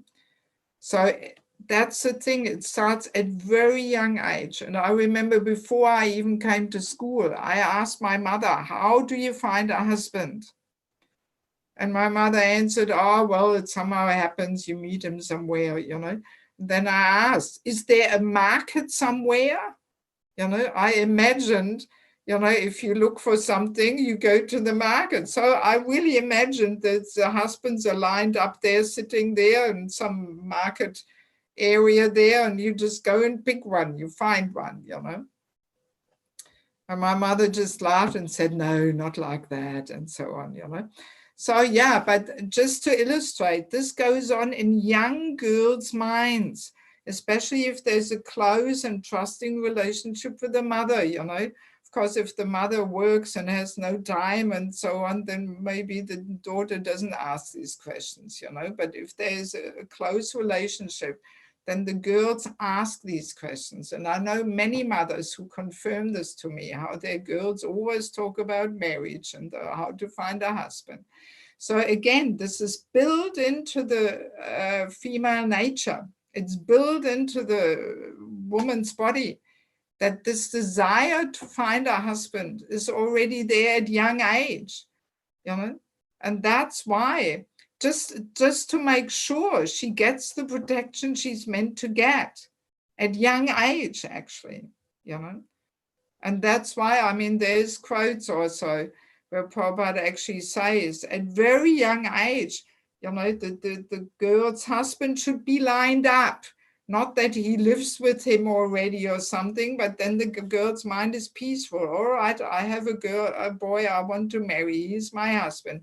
So then the girl's completely chaste and innocent and you know, pure-hearted. She doesn't have to bring attention to herself, you know. But if this protection is not there, you know, when a girl grows up, this whole topic of husband becomes more and more prominent in the girl's minds, you know, yes.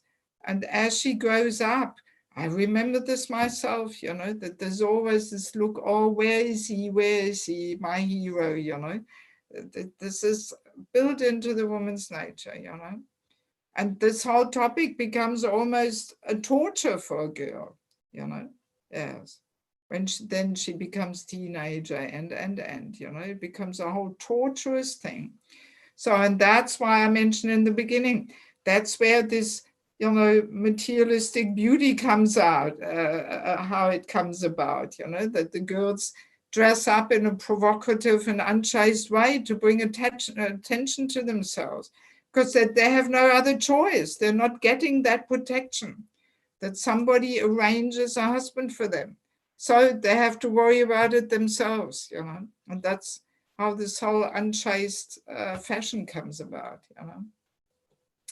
But if the girl receives this protection, you know, that helps her to remain pure and chaste and innocent, you know, she maintains her innocence.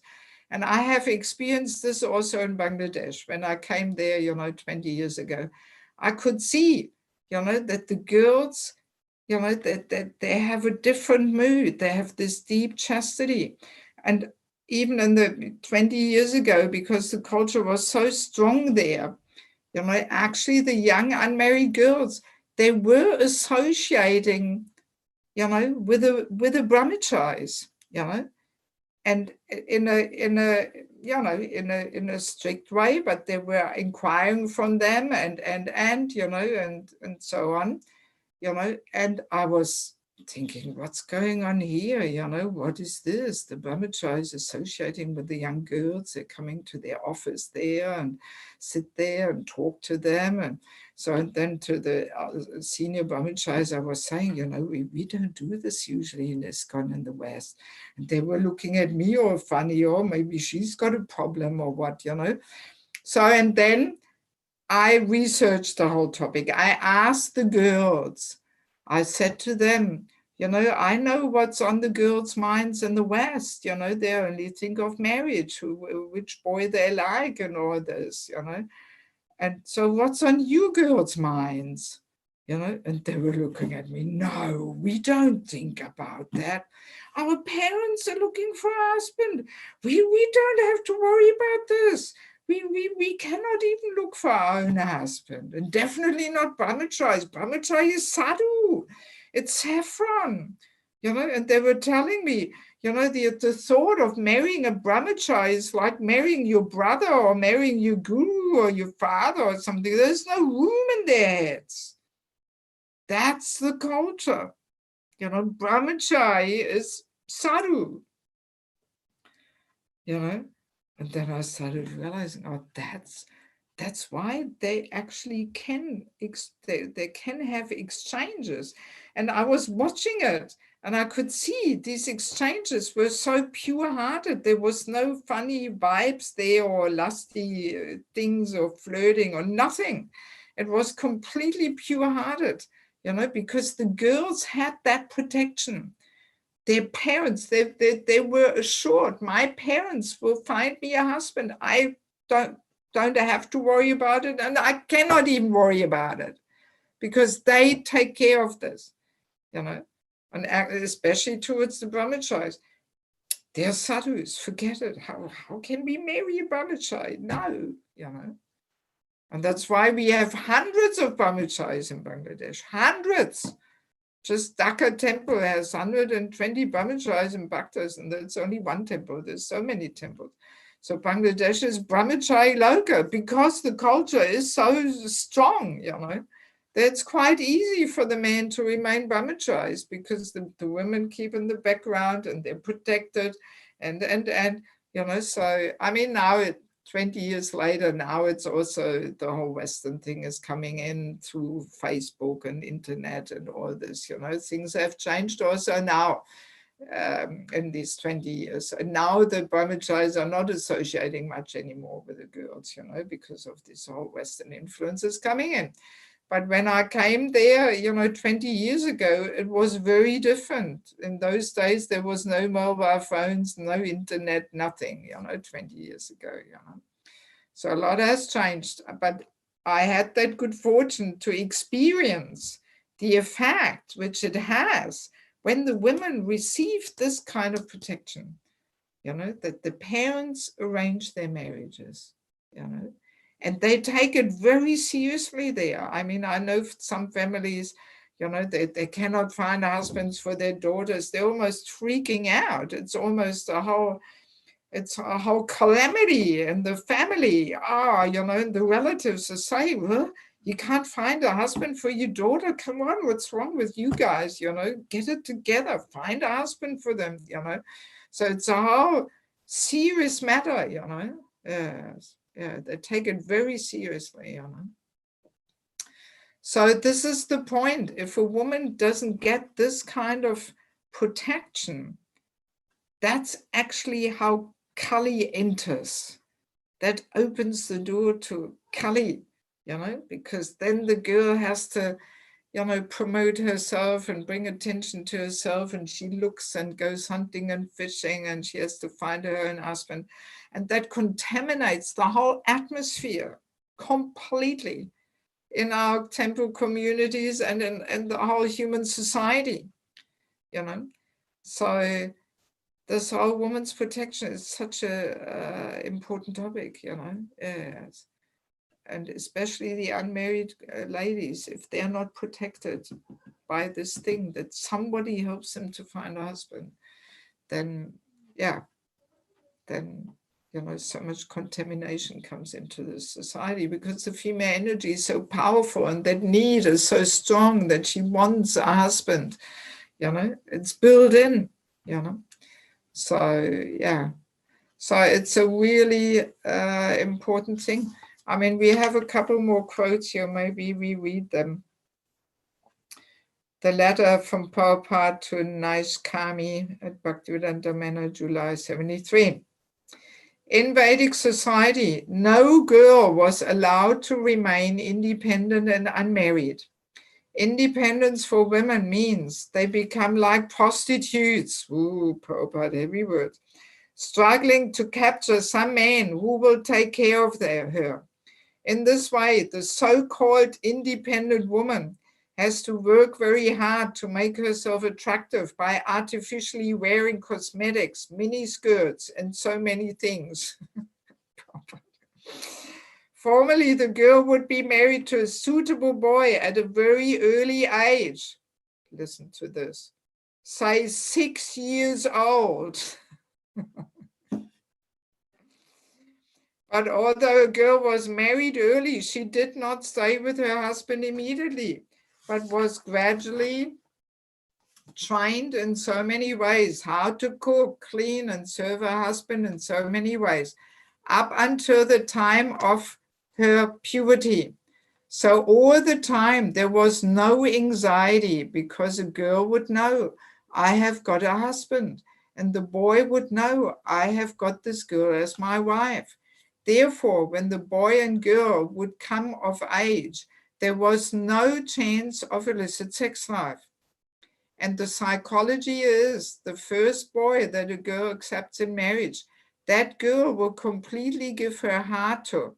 And this attachment on the girl's side for her husband becomes more and more strong. Thus, if a girl, more strong, hang on. Thus, if a girl gets a good husband, one who has accepted a bona fide spiritual master and is firmly fixed up in his service, automatically the wife of such a good husband inherits all the benefits of the spiritual advancement. So you are very fortunate. Go on in this present attitude. Serve your husband always, and in this way your life will be perfect. And together, husband and wife, go back home, back to Godhead. Yeah, so Prabhupada very nicely describes, how Krishna's system was, and for us, it is a blow to the mind to hear that a girl is already at 5, 6 years of age, her husband is lined up, But then understanding how already the girl at that age asks, how do I find a husband? So it shows, well, there's a reason why the Krishna recommends that actually the girl's mind should be fixed on one boy very early, very early. And then there's no chance for illicit sex life, And I mean, aren't we struggling with that like anything also in our society, that the youth, has, illicit relationships, become pregnant and, it's happening all the time, So yeah, I mean, it gives insights, how Krishna's system is meant to function, And I mean, the fact that Prabhupada makes these points again and again, for me, I have faith in Prabhupada's words. I mean, I think, he has a good reason why he tells us these things. So over several generations, he is expecting us to eventually get closer to Krishna's system. Otherwise, why would he waste his time describing all these things? What for, Yes. And there's also another quote which you don't have in the materials, I think. In the purport of Bhagavatam 3:21-27, there Prabhupada says, the selection of a good husband for a good girl was always entrusted to the parents. Here it is clearly stated that Manu and his wife were coming to see Kardama Muni to offer their daughter because the daughter was well qualified and the parents were searching out a similarly qualified man. This is the duty of the parents. Now it comes. Girls are never thrown into the public street to search out their husband. For when girls are grown up and are searching after a boy, they forget to consider whether the boy they select is actually suitable for them.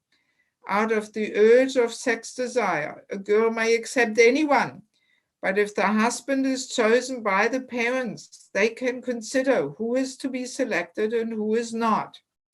According to the Vedic system, therefore, the girl is given over to a suitable boy by the parents. She is never allowed to select her own husband independently. Prabhupada explains it all very nicely in the Bhagavatam. Bhagavatam is the law books for the next 10,000 years. So, of course, I'm also clear, you know, these days child marriage is illegal and all this, you know. But I mean, I know parents, you know, the next generation, you know, the parents who are devotees and their children already, you know, when, at least when the daughters are 14, 15, they start worrying about it. I have to look for a husband for my daughter. I often get letters from parents and they ask me for advice how to do it and so on, you know.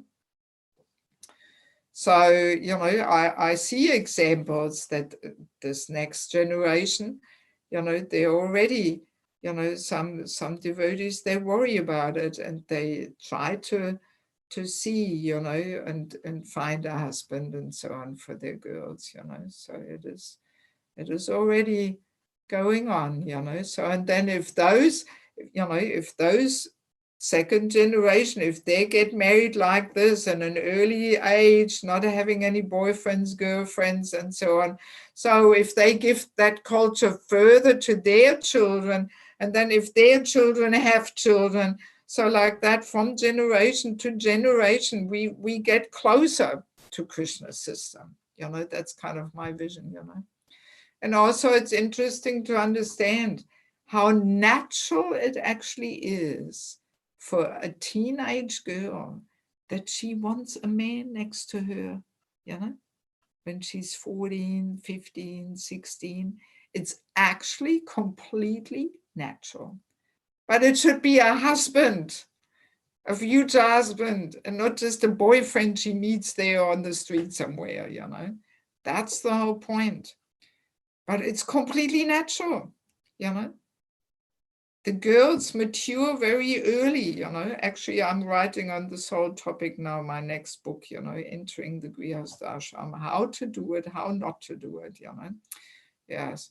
So, and for a girl, especially when she grows up in Krishna consciousness, when a girl is 15, 16, you know, she's already actually almost mature enough to become a mother and a wife, you know. Yeah, it's like that. I know devotee girls, you know, who grew up in Krishna consciousness. And I'm always thinking, my God, yeah, I mean, she is ready, you know. But the boys, they mature much later.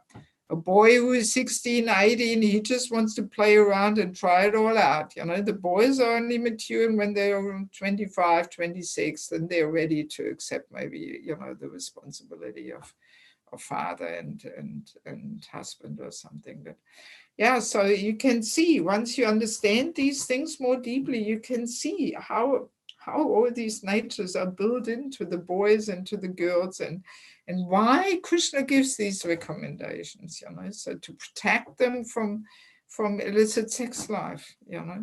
Yes, yes. Yeah, so it's a whole thing, you know. So yeah, I mean, if the marriages are lined up like that by the parents, then yeah, the parents can choose the appropriate person who is to be selected and who not. The whole atmosphere becomes pure, you know, or remains pure, because the girls don't have to bring attention to themselves and dress in a provocative way. They can remain chaste and shy and pure-hearted, you know. So. And the girl has peace of mind. She's not always looking and disturbed, and you know, yes, yes. So, but if that's not there, then Kali enters, you know, and there's all this hunting and fishing going on, and whole atmosphere is polluted and so on, you know. Yes. Okay. Time is up. Do we have any questions about this? I mean, I'm sorry I have to rush a little bit through these topics, you know. But yeah, I can only say again, if you're interested to get more deeper into it, get the book, you know. You can download it from Amazon, or you can contact me and I can send you one or something. There in the book, it's all more explained, you know. In these seminars, I'm always restricted in the time, you know. Do we have any questions? We don't have any questions about, oh. No, we have. Bhakti Mataji, unmute. Hare Krishna, Hare- Bhakti. Thank you so much for the entire seminar. You're right; it's completely mind blowing, and no, it really is. And you know, Sunday I was traveling. I was listening to your lecture in the car, and that night I was staying in a hotel, and I didn't sleep while I was tossing and turning. I just keep thinking about what your lecture. I would tell you, I had the Am I giving you sleepless nights? Am I? No, it wasn't you. It was really where I was staying. But I will tell you, since I couldn't sleep, so I said, all right, I'm going to do my japa. It was the most longing japa I think I've ever done. Thinking about how I've done everything wrong in my life. It's and yeah, listen, it's like the woman said earlier, I'm in this now too deep, and but I will take your principles and try to apply them as best I can to improve things in my relationship with my husband. But I do want to ask you about the workplace, and and the whole concept of equality, and like fair wages for the same work, like same pay for same work. Well, I don't even know whether I want to get into this, to be honest. Okay. All right. Because, see, let's understand, what is the purpose of the seminar? And I just want to give insights into Krishna's system. Yes. And I hope I'm not starting a whole controversial topic here, but, according to Krishna's system, a woman shouldn't even work, Yeah, I figured that's what you would say. What can I say? I mean, like Sudama in Krishna book, the poor Sudama, his wife didn't go out and get a job, no. So, but I mean, of course, I realize we are just miles away from Krishna's system, and so many ladies, they work and so on, So, but I mean, I discussed this in a different seminar a little bit, in Grihastha Life, actually. I have another seminar all about Grihastha Life. This seminar is like the foundation to the Grihastha Life seminar. And there I have a session where we discuss, the effects of a woman working. And I usually ask my audience to give the answers, I ask them, so what is the effect of a woman going out and working? And saying woman going working, meaning a full-on career, 8 hours a day, being in a professional career, not doing something part-time here, a few hours or something. But if a woman goes out and works full-time, this has so many negative effects, so many.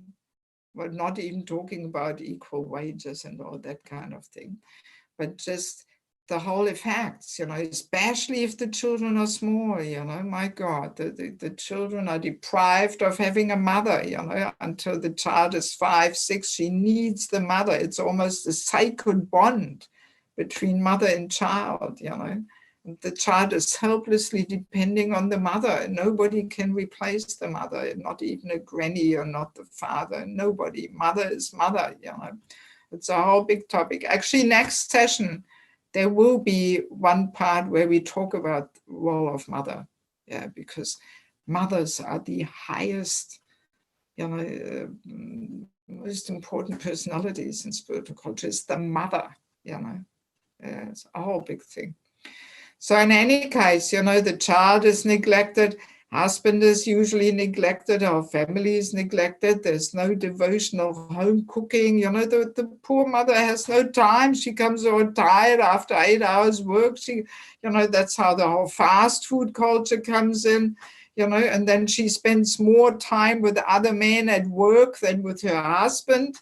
There's statistics that 25% of all people working in offices have sexual relationships. at work. Yes. You know, we don't like to talk about these things, but these things are going on. I remember in my study times, I used to do night shifts in the hospitals to earn a bit of money to finance my studies.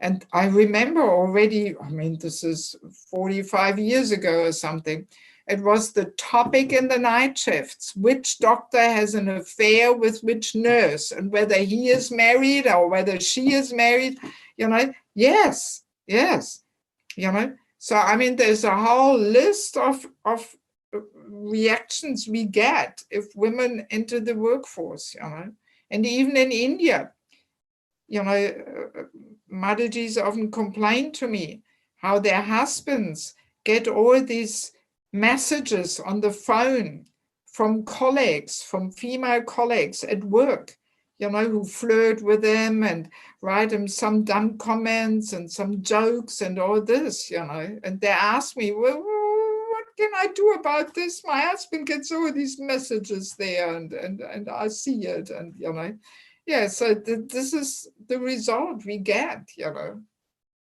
So, I mean, in Krishna system, you know, the providing is part of the man's thing, actually, you know, it's also really, you know, a man really derives so much satisfaction, and his male pride and honor lies in that, to provide for his family, you know. Yes. And of course, there's so much propaganda there now in the world that, oh, a successful woman has to go out and work. And I once read an article from some Hindu preacher, you know, who said this whole propaganda for, you know, women leaving the home and entering the workforce, this is the quickest way to destroy religiosity in human society, because it's actually the woman's duty not only to be the power of inspiration, but she creates the whole spiritual atmosphere in the home. It's the woman, you know. And if she is out of the house and she comes all tired and exhausted and irritated back, she's just got no strength to create a spiritual atmosphere in the home. And that's how religiosity is, you know, destroyed in human society. One main, you know, principle is by the woman entering the workforce that destroys any religious, spiritual, you know, life in human society. You know, I mean, we will get into this more next session. There's a whole session on mothers. You know, yes. So I mean, you know, that's why I don't really want to give any kind of comments and solutions there for kinds of Kali Yuga situations. You know, this is not the goal of the seminar. You know what I mean? I just want to give insights into Krishna's system. That's my aspiration, that we understand how Krishna's system is meant to function, even if in some aspects we are miles away and it will take so many generations to get there. But somehow we have to start teaching our devotees how Krishna's culture is meant to look like, you know. We have to get that knowledge. We have to start somewhere, you know. And then we have to see, according to time, place, and circumstance, which country we are living and what is our situation and how much do I want to even move towards Krishna's system, or whether I quite like it in the system where I'm now. You know, as I said in the very beginning, we actually like it in the day of the materialist. We feel comfortable there, you know, because it's based on sense gratification. And many of us, we don't even have any aspirations to get closer to Krishna's system, you know. So, but that is basically really my, you know, my intention, to just give insights, and then how we apply it, that's a whole different thing, you know, and we have to see individually where we want to be on the spectrum and so on, you know. Okay, sorry if the answer was not according to your expectations or something, you know. But yeah, I mean, I often read it in the German news too, that they're still complaining, oh, the women are still not having the same rights. And, you know, there's still not enough women in leadership positions and, you know. So, and I'm always smiling to myself, well, all right, let them try, you know. But no, I mean, we women have so many more important roles and contributions, you know, to play than just going out and earning money or something, you know. But then also we have to see how, you know, we are managing financially and so on. But very often it is also a question that we, you know, we want to live above our standard, our quota, you know. We are over endeavoring materially. We want more luxury and more comforts and more flashy lifestyle, you know, and that's why we think, oh, both have to work, you know, and there's so much propaganda there. And it's also an interest in the government, another taxpayer, you know, people, you know, and that we have money to buy all the nonsense stuff which we don't need anyway, just so the whole consuming thing goes on. People have to have money. So there's this whole propaganda there. A successful woman has to have a career and earn money, you know. But we devotees have to look a little deeper and not fall into all these traps, you know, of some propaganda there, what a successful woman looks like or what, you know. Yeah, we have to turn towards, you know, Krishna's recommendations, you know. Okay, anything else? Hey Krishna, not about this last topic, but about beauty and dressing. Okay, I mean, as long as there's questions there, I'm happy to stay on. So what's the question? Mataji, you said that one role of women is that we bring color. How do we women understand that in regards to how we should dress? And there is a small another question in that regard. I mean, yes, as we were saying in the first session, you know, one of our functions is to bring color and beauty into life. And in the last session, second session, we were also reading this whole purport where Prabhupada describes how Basmati, you know, Priyavada's wife, kept him inspired by her feminine behavior, how she walked, how she dressed, how she smiled, and encouraged her husband and so on, you know. So yes, this is part of the role we are meant to play. So, and we are meant to dress according to the spiritual beauty, you know, chaste.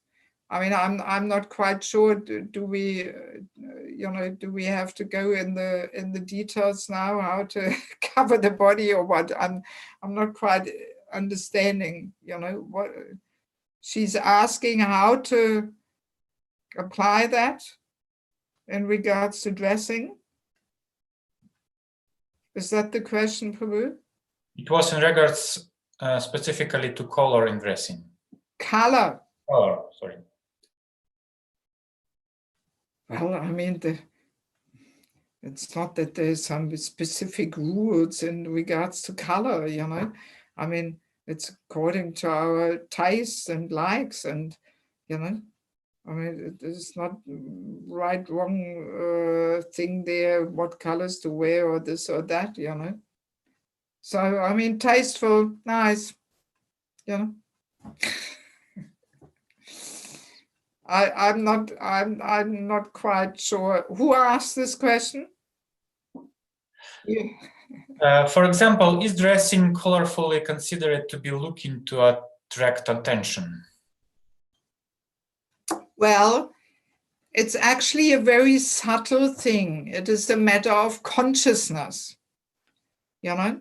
So consciousness is a very powerful energy flooding the whole body, emanating from a person, you know, as aura, basically. That's what we describe as aura. It's actually the consciousness emanating from a person. So if a person, you know, let's say like this, if a woman is unprotected, you know, If she doesn't have a husband and she doesn't have anybody who's taking care of this and looking for a husband, so then there's some unfulfilled need there, most likely, unless she is established in the renounced phase of life and this is all over and done with and finished. So if there's an unfulfilled need there, then this is in her consciousness, and this emanates actually, from her, because every movement, every activity is executed through consciousness. So if there's a need there and she's looking and she's trying to bring attention to herself, so then very easily her way of dressing and also the colors she chooses may reflect that consciousness, But then if a woman is protected and satisfied and her needs are fulfilled, within family life, so then she doesn't have that consciousness of, trying to bring attention to herself. Of course, it still can be there as an ego thing, wanting to be special even when we are married. So this is also there, this is the whole different topic of false ego, So, if the ego pushes us to be special and unique and, being noticed and so on, so then, very easily the way we dress reflects that consciousness. So it's not so much a question of, oh, what colors is she wearing or something, but what consciousness is behind it, because the consciousness emanates from the person, as a subtle energy. I mean, I'm describing this more detailed in the book on the false ego, I've also got a book on that, The False Ego, Our Constant Companion and Troublemaker. And we had a seminar not too long ago. You will find it probably on YouTube or on the Facebook page there. The recordings are there. So the false ego pushes us to get that gratification of being noticed and recognized, and that also, especially if a woman has that consciousness, then, it also pollutes the atmosphere. That's why it is so important for women to be chaste and shy.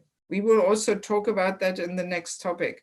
A deeper understanding about this whole topic of chastity and shyness. Often we have so shallow understanding of these things and we take it very external, But once we more deeply understand these topics, it actually becomes very deep and fascinating, and we understand more how this all fits together and why these qualities are so important for women. Yeah. So yeah, I'd like to answer it like that, that it depends really on the consciousness, whether we want to bring attention to ourselves. Then it doesn't matter what color we wear, we will move around and dress ourselves in such a way that we want to be noticed, But if we don't, if we're not in that consciousness, then even if we wear pretty bright colors or something, then, because it is in a pure-hearted and chaste way, then it will not be inappropriate or something, But I mean, as I said, when we talked about the material beauty, especially in the temple also, we should not be too extravagant and, fancy there, because we take the attention from the deities to ourselves, So especially when we go in the temple and, then we should not be so over the top there, like that. It doesn't matter whether it's in regards to colors or simply decoration or something, and it's in all aspects like that. Okay, anything else? Yes, another question. As married Vaishnavis, should we consider dressing for the pleasure of our husbands? Yes, of course. That's part of the Grihastha course, really, But yes, it's the duty of a wife to dress herself nicely, you know. I remember when I got married, you know, devotees were saying to me, so now you have to dress yourself nicely. Because before I got married, I didn't even have my ears pierced. I never had makeup on. I was not into all these things. But then I realized, okay, so now I'm married, okay, and I got myself makeup, I got my ears pierced, and I got all into it, you know, because yeah, it's the duty of the wife. And she should, you know, please her husband with her dressing. And when the husband is away, for example, let's say he goes somewhere for a few days, then the wife should not actually dress so nicely. I remember when I joined, this was still the tradition in Australia. When the men were going on traveling Sankirtan and the ladies were alone and left behind, they were wearing white with a border. And they were not wearing jewelry. They were not wearing makeup, you know. Yes, and then when he was coming back, then they were dressing up again, you know. That was actually the culture. Yes, yes. That cultivates this chaste mood that we, you know, dress nicely to please the husband and not other men or something, you know. Yes. Yeah, it was like that. There's also quotes in the Bhagavatam, which I usually discuss in the marriage course, you know, how Prabhupada describes how, you know, the wife dresses nicely and puts flower in her hair. And then when the husband comes home, he's all pleased. And a little bit, we were also reading last time, you know, how the husband feels it's all worth it. He's inspired by, you know, by his wife looking nicely and pretty and, you know, cooking good foodstuffs and the home is clean. And that inspires the husband to work, you know.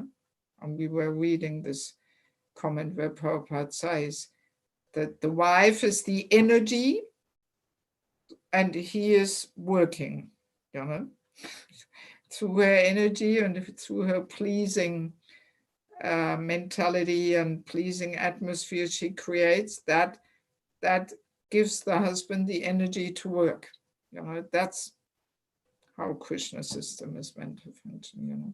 Yeah, so the husbands, the wives should make themselves, you know, attractive and beautiful to please the husband. Yeah, definitely. Yes. And it inspires the man, you know.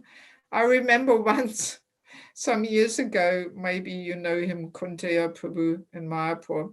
He was giving a Bhagavatam class and there was something about this topic, you know, and he was really describing it in a funny way and saying, yeah, you know, if the wife just has some tracksuit pants on and this and that, you know, I mean, it's just not so pleasing to a man, you know, but if she's pretty and, you know, nicely decorated and it has an uplifting effect, you know, it does, you know, and he was describing it in a very humorous way, you know, he was saying, oh, if the wife that looks all, you know, masculine there with some funny pants and so on, then he rather stays longer at home and does something on the computer, stays at work longer in the office and rather, you know, does something there on the computer. Then you know, he doesn't feel so inspired and encouraged to come home and see his wife and all this, you know. So yeah, I mean, that's how it works, you know. Yeah. All right, anything else? I just wanted to be sure that I understood. You explained it about Australian devotees that has this culture on Australian. No, it was because I joined in Australia, you know. So, and I remember 36 years ago when I joined the temple there, this was the culture. Now it's also not anymore, you know, it's not some Australian thing. No, I dare say in most parts of the world, this was in the early days, the understanding, you know, that a wife should make herself beautiful and dress nicely for the pleasure of the husband. And if he's not there, then there's no real need for her to dress so nicely, you know. that is actually the culture. And in the early days, this was practiced, at least from my experience in Australia. I don't know how it was at that time in the other countries. You know, that's where I joined Krishna consciousness. But I remember it, you know, I really remember it. You know, so it's got nothing to do with Australia, but simply the fact that, you know, in those days, that culture was more practiced, you know. Yes. And now this has faded away and so on, you know, and now, yes, it's different. Okay, so maybe we'll leave it at that. So thank you very much for joining us. So yeah, we will continue Saturday and then one last session Sunday. The Sunday session is also quite a juicy one with a lot of controversial topics. Simply trying to shed light how things are in Krishna's system, you know. So yeah, we've got 2 more sessions, Saturday and Sunday, so please be there, and or if you can't be there, watch it later on the recordings, you know. But it's nice to see a few faces at least. Can I ask you, Kamaniya, Yes, Where- Mataji. where are you from? Where I live is not where I grew up. Where are live you living now? in Switzerland. Oh, okay. We're neighbors. We are neighbors, yeah. Where do you live? In Zurich or where? No, in Graubünden in the mountains. Okay. Because Zurich temple I sometimes visit. I've been there a few times. Krishna Premarupa Prabhu and so on. Yes, he's wonderful. Yes. He's actually one of my board members of my little Institute for Spiritual Culture. Jai. If you go on my website, the roots of spiritualculture.net, you will see a little picture there. I will look. He's one of my favorite devotees. Yes, yeah, he is very, very special, actually. Yes. Special song. Yeah. So, and what are you doing in Switzerland? Well, I don't want to get too private because this is going to be recorded, but I'm happy to tell you more privately. Well, that's Not that I'm doing anything so outrageous by any means, but Yeah. but Yeah. Yeah. I mean, if you feel like, then get in touch. Let me yes. know who you are. Thank you very much. I'm very grateful for this opportunity to hear from you. I'll hear back to the other classes and hopefully I can attend this weekend. If not live, then certainly Yeah. the recordings later. Thank you so much. Yes. Well, thank you for joining us. Hare Krishna. Okay. Thank you very much. Srila Prabhupada ki, Samaveda Bhaktavinda ki, Gaura Premanandi. Hare Krishna.